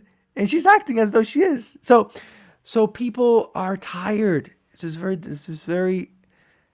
very tired sentiment of when the fuck is it gonna change? Yeah, it doesn't seem like it's gonna change. It's been going on for so long, and it feels like every time. I mean, they put things for residents of Puerto Rico to to vote on, but then nothing ever happens, and it just feels like a formality. It's just like a tease. And I'm still, it's so complicated. Just hearing you talk about all that, it's obvious that like you live this and breathe this from like most of your life, and it's so hard to understand. Like it's just a cacophony of all kinds of corruption and things that quite frankly don't make a lot of sense for business or for the people or for the government. So that's why I get a little like I don't understand it. I don't feel like it's very logical, and it's a lot of information. Like it's so many players. Mucho. And this is me, and I know little of it. I mean, you speak to activists, you speak to politicians, you speak maybe do you have, for example, maybe a Juan Dalmau, or someone. I actually had Alexandra Lugaro, who is the governor. She was here with me, and we talked for a round, and we talked about politics, about a little bit of everything. But there is a lot of whys. Why do some things keep on happening in Puerto Rico, where you were there? Did you come into knowledge of La Comay? No. La Comay, the doll, the gossiping doll that has a program on TV. What the fuck? So people still wonder, how is that still on TV when there is such a ongoing spew of racism, misogyny, homophobia that comes out of this guy's mouth, Coba Santa Rosa. And actually, my little segment when I was with Alexandra Lugaro made it to that little show, because I asked Alexandra Lugaro what she thought about the national anthem of Puerto Rico, and then she problematized it. She problematized the fact that why do we have this anthem about Christopher Columbus and about how Christopher Columbus came? And then, of course, the Coba Santa Rosa completely misconstrued everything. Oh, my God. So how does Puerto Rico have some of the things? We still have this program that we actually got it off the air because of people boycotted it, and then eventually got back again. And then recently some horrible thing came about where because it's a guy, sexualized a picture of Alexandra Lugaro's daughter just playing in the beach, and he completely sexualized it, and then called Alexandra Lugaro's partner and her as like, how dare you upload that picture? I'm like, what, a picture of a girl having fun that you completely misconstrued and sexualized? That. And then there's people that defend him. So how do we have that? How is there a Trump? It's not such a different phenomena. Only that in Puerto Rico is a little bit harder to draw the lines of racism like you do it here. But it's still, Puerto Rico, there's racism. Oh, Puerto Rico, there's racism. Yeah. No, I don't have curly hair. No. Eso es pelo malo. Eso es pelo malo. No, mi nariz es perfiladita. Mi nariz es puntiagudita. Mis labios son finitos. There is plenty of racism in Puerto Rico. And there's praising of European, like you were just saying, the European facial characteristics from Spain, and fair skin, and there's a song that I think it's Willie Colon, the trombonist, and it's a tune that talks about how grandma stays in the backyard because her skin is black. And sí, hay muchas canciones de esa índole. Yeah. Hay una que era, y tu abuela dónde está. Yeah. That it would speak as to your black heritage. Yeah. Like, don't try to pretend you're not black because y tu abuela dónde está. Like, it is there. It is that heritage is vividly there. When there's another little thing that happened in this during these Black Lives Matter movements, Alexandra Lugaro, that this contender in the governorship for Puerto Rico in the Victoria Ciudadana movement, she started talking about white privilege, and she is fair skinned, so she talks about her privilege. Right. People took it the other way. They're like, "Oh my God, she's saying she's privileged? What? That is so racist of her." And people didn't know. They don't understand the concept. So there's a lot of ignorance to that. So then people were calling her racist. So then the talking doll went to her and said, "You're a racist because you're saying you have white privilege." And she was trying to say, because she's Puerto Rican and has like... No, because she was saying el privilegio blanco. She's like, yo he tenido privilegio blanco. Yo lo he vivido. I have had privilege. I've had things that other people don't have just because of my skin color. Yes. So people took onto that. Like she's saying, how dare you? Here you're flaunting your whiteness. And they didn't get it. Many people didn't get it because they don't know about this term about white privilege. Oh my So then she had to God. make another video, try to explain, but ¿cómo se dice? No hay peor ciego que el que no quiera ver. There's no worse blind person that he or she who does not want to see. So people then maybe saw their second video and probably just double down on the first one. And she probably dug herself even deeper because there's that ignorance. And I saw it in social media. I saw it. I commented on it. And then people would just attack me like, oh, you're just defending a racist. So there is ignorance in that realm. And then if you have this talking doll that has legitimacy. I mean, yes, it's a talking doll. It seems very pathetic, but get over that fact. He has legitimacy through that doll. It's been years and years and years, and people see that as a reliable news source. They see it as a reliable news source, and a lot has to do because there was this one time where this kid named Lorenzo, just this big case that went into the burners. Like they just, and it was this kid that was clearly murdered, and there was this thing going on with some clearly elite related people, but then nothing was done about it because that. And then Cobra Santa Rosa, was the one that was kept on pushing. It's like the one contribution he made to society. He didn't let that case die. So he built a bit of a name for himself. But he's been a gossip figure. Gossiping. It's gossip. At the very least, just gossiping about celebrities and stuff like that, which is nothing I'm a big favor of, but at the very least. But little by little, his homophobia started coming out. He's a black person, and he's probably homosexual. He's probably a closeted homosexual who God knows how his childhood was like, but you see all the projection. Like, in that show a few months ago, one of the cabinet members of Alexandra Lugaro is a black woman. So then he proceeds to talk about her. He's like, oh, I imagine how a conversation between Alexandra Lugaro, this white person, and Ana Irma would take place. And Ana Irma is a black woman. Alexandra Lugaro is a white woman. So then she's like, yeah, I guess it would take place like this. Oh, dime muchachita, como linda, como tato, muchachita. Like talking in this sort of like despective way towards like Afro black people. Yeah. And to him it was nothing. So people like they dealt a lot of controversy, even came in the major news outlets. To him, nothing. Oh, it was just a like, oh, just, just stop overreacting. It's just a light joke. And no one hold him accountable for that? Because many people did. Ana Irma, the person who he spoke ill against, spoke out and everything. Like people were outraged. But this guy is like, it's like the chistes in Puerto Rico with the Dominican people. Yeah. Yeah. So many people problematize that, but many people think, oh no, it's just it's like a rite of passage. So many things are accepted. Like like boys pulling on girls' hair.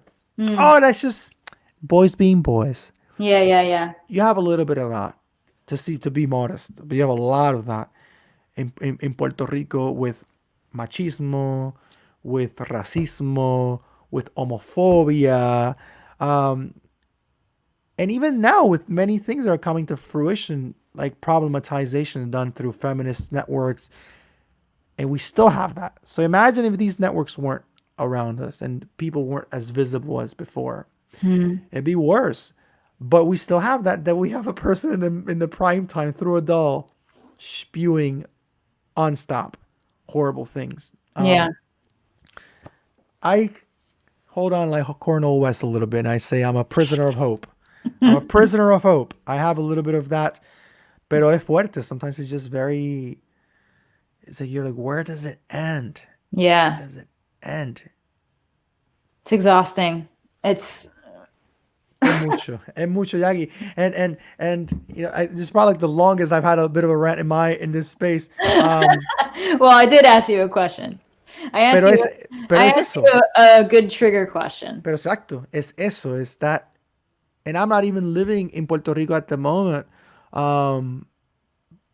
But even here, I experienced the horror. I experienced the worst of the worst here. Working at the school I worked at, slander, persecution, political discrimination. I experienced that in the school. I experienced it in this school I worked at. I had a whole case made against me based on lies, based on the most horrific things that you can imagine that you could be accused of in a school setting. I had that against me here in the United States of America in Texas. I had it. And there's a pending case on that. But it's a joke. It's a joke. It is a joke. It is a joke in white America, in white Texas. I, as a Puerto Riqueño, I was called a communist, of course, because that's a bad What? word, of course. That's a bad word. I was slandered upon in the worst ways, that I was preaching communism in the school to the children, that I was telling them that their religious views were fictitious, that I was going to the library and requesting LGBT books. I mean, like the whole propaganda book was made into one and was filed into this anonymous accusation against me. And it was a whole case made against me. They went to my website, they went to my Facebook and photo screened things about my posts against the police, about against Trump. And then they made this whole narrative about me. They made a narrative about, "Oh, we're scared what he's going to do.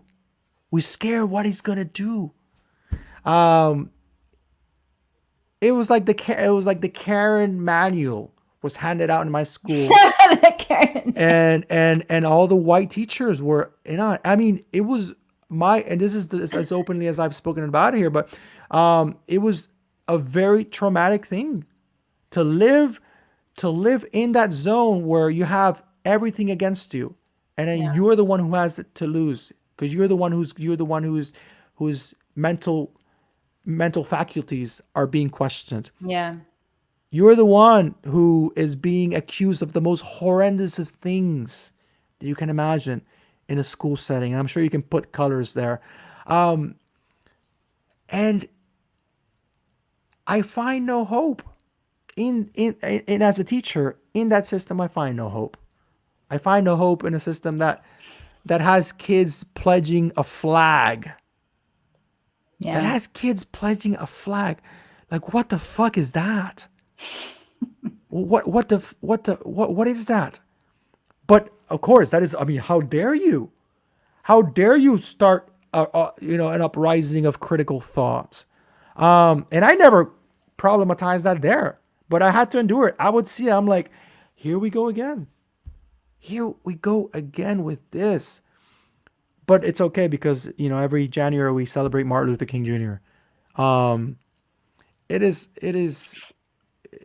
doesn't. I mean, it comments as to why things are the way they are, because the instruction system, the education system perpetuates it.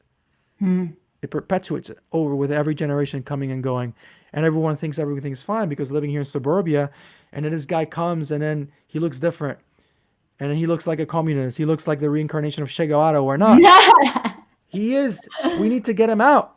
And that's how willing they are to get you out, to slander against you and make such a horrible accusations against you that your whole teaching career could come to an end Yeah. because of these horrible accusations against me. So, I mean, they dismissed it all in writing, because they found no evidence, but that's still in everyone's mind. All the pictures they made about me are in everyone's mind. I am there's no violent incident against me. There's no record of me ever doing anything disrespectful to anyone. There's nothing against me, nothing. And there's cameras in the school, there's nothing. All there is the narrative being built. A person that looks like what they have, and that could be a terrorist, so I don't know what he's going to do. He might come here one day and just be, talking about love and peace. But I'm glad I went through it, in the sense that I got to see it. And I got to feel the solidarity from my black brothers and sisters. They were the ones who gave me. My best friend in that school was an 85-year-old African-American woman who I can sit down and talk to. Meanwhile, all others were probably slandering behind my back, which I knew nothing of. Later on, I found out. And my best friend was an African-American 85-year-old woman that I could trust. And then people that took to my side where I actually say happened to be the black people. It wasn't the Latinos. Mm-hmm. And this is not to make a generalized notion because there were some Latinos in there. It wasn't the Latinos. It was my black brothers and sisters. So, being here, I've also gained that appreciation for my black African American brothers and sisters being here. Mm-hmm. Because it's one thing to read, but to live it es fuerte, Jacqui, es bien fuerte. Vivirlo en carne, living in own flesh. Totally got off tangent topic, but No, it still goes back to many, many centuries of colonialisms and what has been building and snowballing for centuries. And man, it's interesting to hear you talk about your relationship with African Americans and how you feel more supported from them than Latinos. And yeah, we share lineage and we share blood, but the African Americans experience is like people of color in the U.S. is so freaking different from people of color in Puerto Rico. yeah. But So you, se engancha eso. And I've heard that before with for some friends, and I felt safer. yeah, I feel safer. I mean, like when I came back from Puerto Rico in March, and I started quarantine, I Airbnb'd a place. And this is where this whole thing started back in early March, mid March, and I was in a full African American neighborhood in down in the I think it was a downtown area in Houston before I came here because I've been living here for last year with my folks. So I'm like, I really want to make sure 14 days, make sure I'm good. And I was in an African full on. You rewind my life maybe 15 years ago, I would have felt like very paranoid. Now I've felt like, man, I'm glad I'm here because I can walk out and I'm not gonna have someone draw suspicion, be like, oh, I gotta call cops. This guy, you know, and I understand it now. I understand because I've been willing to deconstruct many things, many perpetuated notions. Oh, you see black, and that's in the best of cases of non-racist cops. That's what has some cops being paranoid about a black man or a black woman because it's already in their veins, and they think, oh, I will shoot you before you do me because it's that paranoia. So deconstructing it definitely rids you of that paranoia and realizes, no, paranoia is to the other side, my friend. So that side. Those are the ones that are like, hey, yeah, qué bien, qué bueno, tú eres mi amigo. No, that wasn't the thing in my school, and I kept to myself mostly, which they ended up also using against me, like you were a loner, Angel. I'm like, I mean, why how are do you you supposed to think? act when they're coming after you like Why that? do you think I'm like just have like dinner with you guys talking about some nonsense and whatnot? I mean, I had some friends, like one or two, but it was not. It was. I mean, I think of it, and it's such. It is so not the redemptive side of my story is the kids. That's the only redemptive side of the kids, because the kids have not been polluted enough to have all that inhibitions and all those constructions. So that was giving in elementary school. The redemptive side of my story was hanging out with the kids, hearing their stories, being with them, um, sharing with, hearing them, listening to them. I didn't just know there's no need for me to make propaganda to them. But of course, the narrative is perfect. Look at him. He's probably telling those kids about the things, the things that the communists tell the kids about. Um, Oh, anyways, anyone who's watching this, yes, this is how usually. No, this is not how they usually go. But I mean, this is an honest space, and I usually am the one who least speaks. no, but On here. I'm glad to hear about your experience, and there's something that everybody is going to take from that and be educated on your specific experience. I'm so sorry that happened to you. Sí, es fuerte, pero seguimos. It's a learning experience. Definitely, I'm not saying that to minimize it at all. I'm not minimizing it at all, but I am definitely a different person. I'm Yeah. definitely a different person. And I feel like I'm a person fuller of love, fuller of compassion, fuller of empathy. I Hmm. don't know, and I want to close with this part, and then I'll ask you one last question. I want you to have the last word, but I don't know if you're familiar with el presidente de Uruguay, Mm-mm. Pepe Mujica. Mm-mm. Pepe Mujica, he's been a remarkable figure because when he took presidency in Uruguay, I mean, he was just regarded as one of the most humble people in the world. I mean, he was still riding his little Volkswagen Beetle, and just a person of just of complete servitude. And of course, it's gonna be people. So many people are gonna criticize him and stuff. Oh, the socialist. Well, no, of course, because that's a cuss word in some areas. Hmm. Um, so Pepe Mujica, he was president of Uruguay, and he problematized many things of capitalistic nature, of all this, of all that disparaging ecosystem that's been made that perpetuates poverty, that perpetuates this distancing between the rich and the poor, and it keeps on creating that hard. So he problematized that. So just recently, I mean, he's not the president anymore, but he's still involved in politics. But he decided he was going to quit politics, and he made this last speech before his council, and he's like, to be honest, I'm quitting politics because of COVID. I actually got the chance to meet him in Berlin, very briefly, and and to hear him, like, hear his life story is just amazing. So in the speech he's making, I think it was last week, he goes and says this. He's like, if there's anything that I've learned in my life, is that, and if there's anything I stopped doing in my garden of life, is I stopped harvesting hatred in my garden of life. And it's been a long time since I harvested hatred in the garden of my life. And I'm like, this, I mean, it's no surprise to me that he said that, because you hear him, you see him, and you see someone that has so much wisdom and so many years of experience. I mean, he was arrested. He was a political prisoner for many years.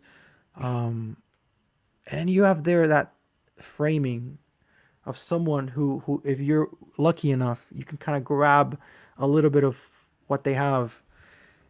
And I'm thinking about that. I'm thinking, man, what does that, what does that mean in your life after you live so much hatred also? And this also happened with una figura puertorriqueña, Don Rafael Cancel Miranda, who was, he passed away in March, and there was this huge ceremony in the cathedral in San Juan. He was one of the figures who shut down the Congress in 1950, in the 50s, with Lolita Lebron, that went into Congress and opened fire. Don Rafael Cancel Miranda. And Don Rafael Cancel Miranda spent many years in prison. He was even in Alcatraz. Oh my God. And then when he was finally released out of prison, he was a political prisoner, over 20 years in prison. And then he says, when he got to, after he was released from prison, there was he got different receptions in New York, in Chicago, different communities, and he got to go to this one school. And I think they named the school after him. And he's like, in that school, there's this one girl that we exchanged correspondence. She would write to me in jail, and she was blind. And he says that in that meeting in Chicago, he got to meet her, and he was so excited to meet her. And he remembers that encounter very vividly, because he hears that, her little walking stick and stuff, and he sees her kind of like across the room. And then he remembers very vividly when he gives her a hug. And he remembers the amount of love that he had. And he says, and that's when I realized that prison could not rob me of my humanity. So there you find people that, though all these hardships they go through, they come out greater people, because there's something that's going on in them. The love that Che Guevara talks about. He says, a revolutionary, I'm paraphrasing it, a true feeling of revolution is birthed in love. Is birthed in love. So these people that you see that they're willing to give so much, it makes sense. They have such an intense love for their entorno, for their surroundings. And I had Don Rafael Canse Miranda's son here, and he spoke about my dad. You know where his first love was born? In Where? our house with his family. He would take me to the baseball games. That's where he channeled out love. It came out there. It wasn't like he was a famous little figure and speaking and speaking. No, it came from home. Hmm. So you hear this story and you realize that that that it is real. It is real to have this life changing love that transcends a political discourse, because it is the love that creates that political discourse. You see, it isn't the other way around. Um, and I think they allowed that love to transform them, cost what it might cost. And I think that after, I'm not even nearly comparing myself to them, but in the hardships I've gone through this year, I know that it has formed me. It has not been in vain. And this is not to create a curriculum of how to grow. This is not to legitimize power structures or legitimize what I had to go through. This speaks as to me, as to what I decided to make of that. I'm not commenting to the oppressors or to those living in fear. I'm commenting as to what we do with any conditions. So, in that note, and to give you the last word, I close off these tertulias. Um, hey, Jacqui, we're going to be talking for an hour. Yes, an hour has turned into two. I like closing off talking about Eduardo Galeano. And Eduardo Galeano, Uruguayan as well. Saludos a todos los uruguayos y uruguayas hoy. I heard that's a friggin' amazing place. Sí, tiene mucha historia. Yeah. He talks about the utopias, las utopias, the utopias. And the utopias is this unattainable thing, like you're moving and taking 10 steps and then it takes 10 steps forward, and then you take 10 more steps and it just moves even further, and you keep on pressing and you're like, God, like it's just pointless. What is the point? What is the purpose of that utopia? What is it? So that you keep on pressing forward. Keep on pressing forward. So I ask you, what are those things for you that allow you to keep on pressing forward? What are those utopias that for you are referenced in keeping on pressing forward? Well, it's kind of a hard time to be thinking about that, because everything feels on pause and everything feels like we're waiting. And so many of us are lacking engagement with communities and activities that inspire us. So usually the things that keep me going are seeing my people and like seeing music and being exposed to culture.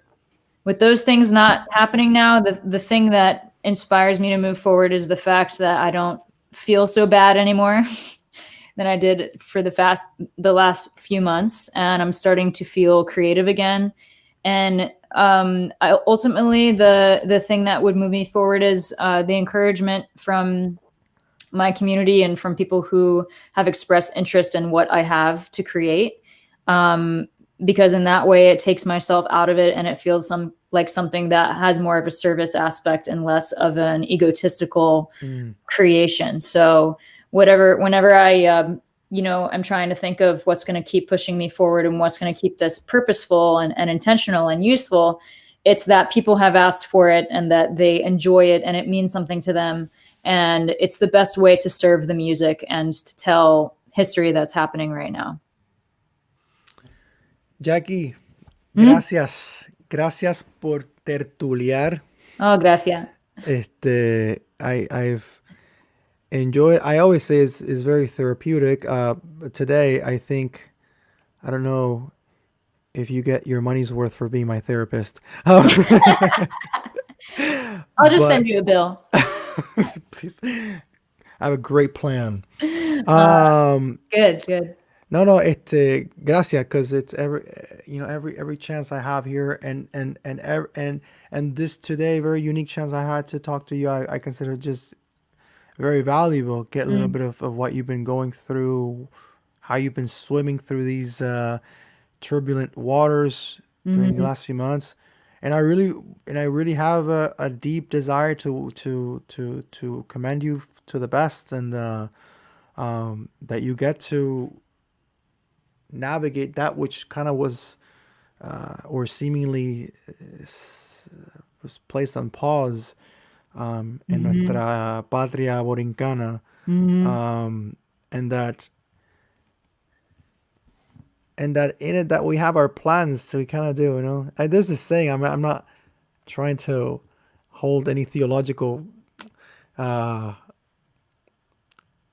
uh, affiliation to it, but tell God your plans, and then he'll laugh or something like that. There's this kind of like saying, like, Mm-hmm. um, what I mean by that is like sometimes we have plans and then they don't work out, Yeah. and then later on down the road, something happens and it's shit, man. Like, yeah, I definitely could not have planned this. And this is not to decorate suffering, because suffering is suffering, Mm-hmm. but I really do wish that on you, that because it's a profound experience that you are having with culture and music yourself, and I think that can be very cathartic. So I have nothing but wholesome wishes that you can find that, and when you find it, that you'll just flourish in it. Thank you. Thank you. I Yeah. appreciate that. And thanks for asking about my experience while in Puerto Rico. I found that therapeutic as well to share with you, um, and to relate on what that must have been like. So thanks for giving me a platform to flesh out some of those thoughts and feelings, and as it relates to what I'm trying to do as an artist. Claro, claro. Como hermana Mhm. puertorriqueña, I feel Mhm. honored to share this platform with you. Me too. Everyone who came by or who tuned in, or maybe will tune in as this is on recorder mode.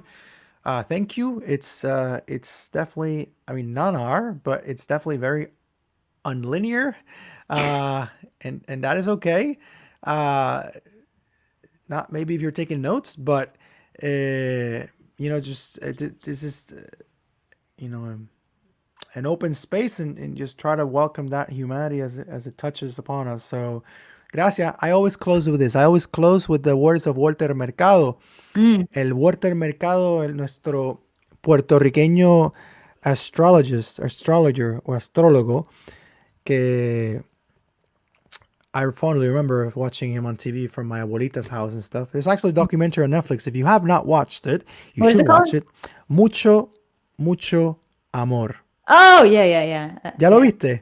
I haven't watched it yet. Ah, I tienes que couldn't tell verlo. if it was like a joke or not because I No, didn't grow up no. watching him. No, no, no. Es muy real. Es muy Okay. real. Okay. And there's so much that Walter, man, did. And just even like just gender challenging things. I mean, Yeah, yeah. he was very unique. So he would always close his program, en esta onda. I am not Walter Mercado. I'm not pretending to be him. Oh But no. I think it is phenomenal that we can close in this. Espero que todos y todas, espero que tengan mucha paz, pero que sobre todo tengan mucho, mucho, pero que mucho amor. Amor. So, hasta la próxima, colega. No te desconectes, Jacqui, espera. Adiós, amigos, adiós, amigas, adiós, amigues. Nos vemos en la próxima. Paz. Chao.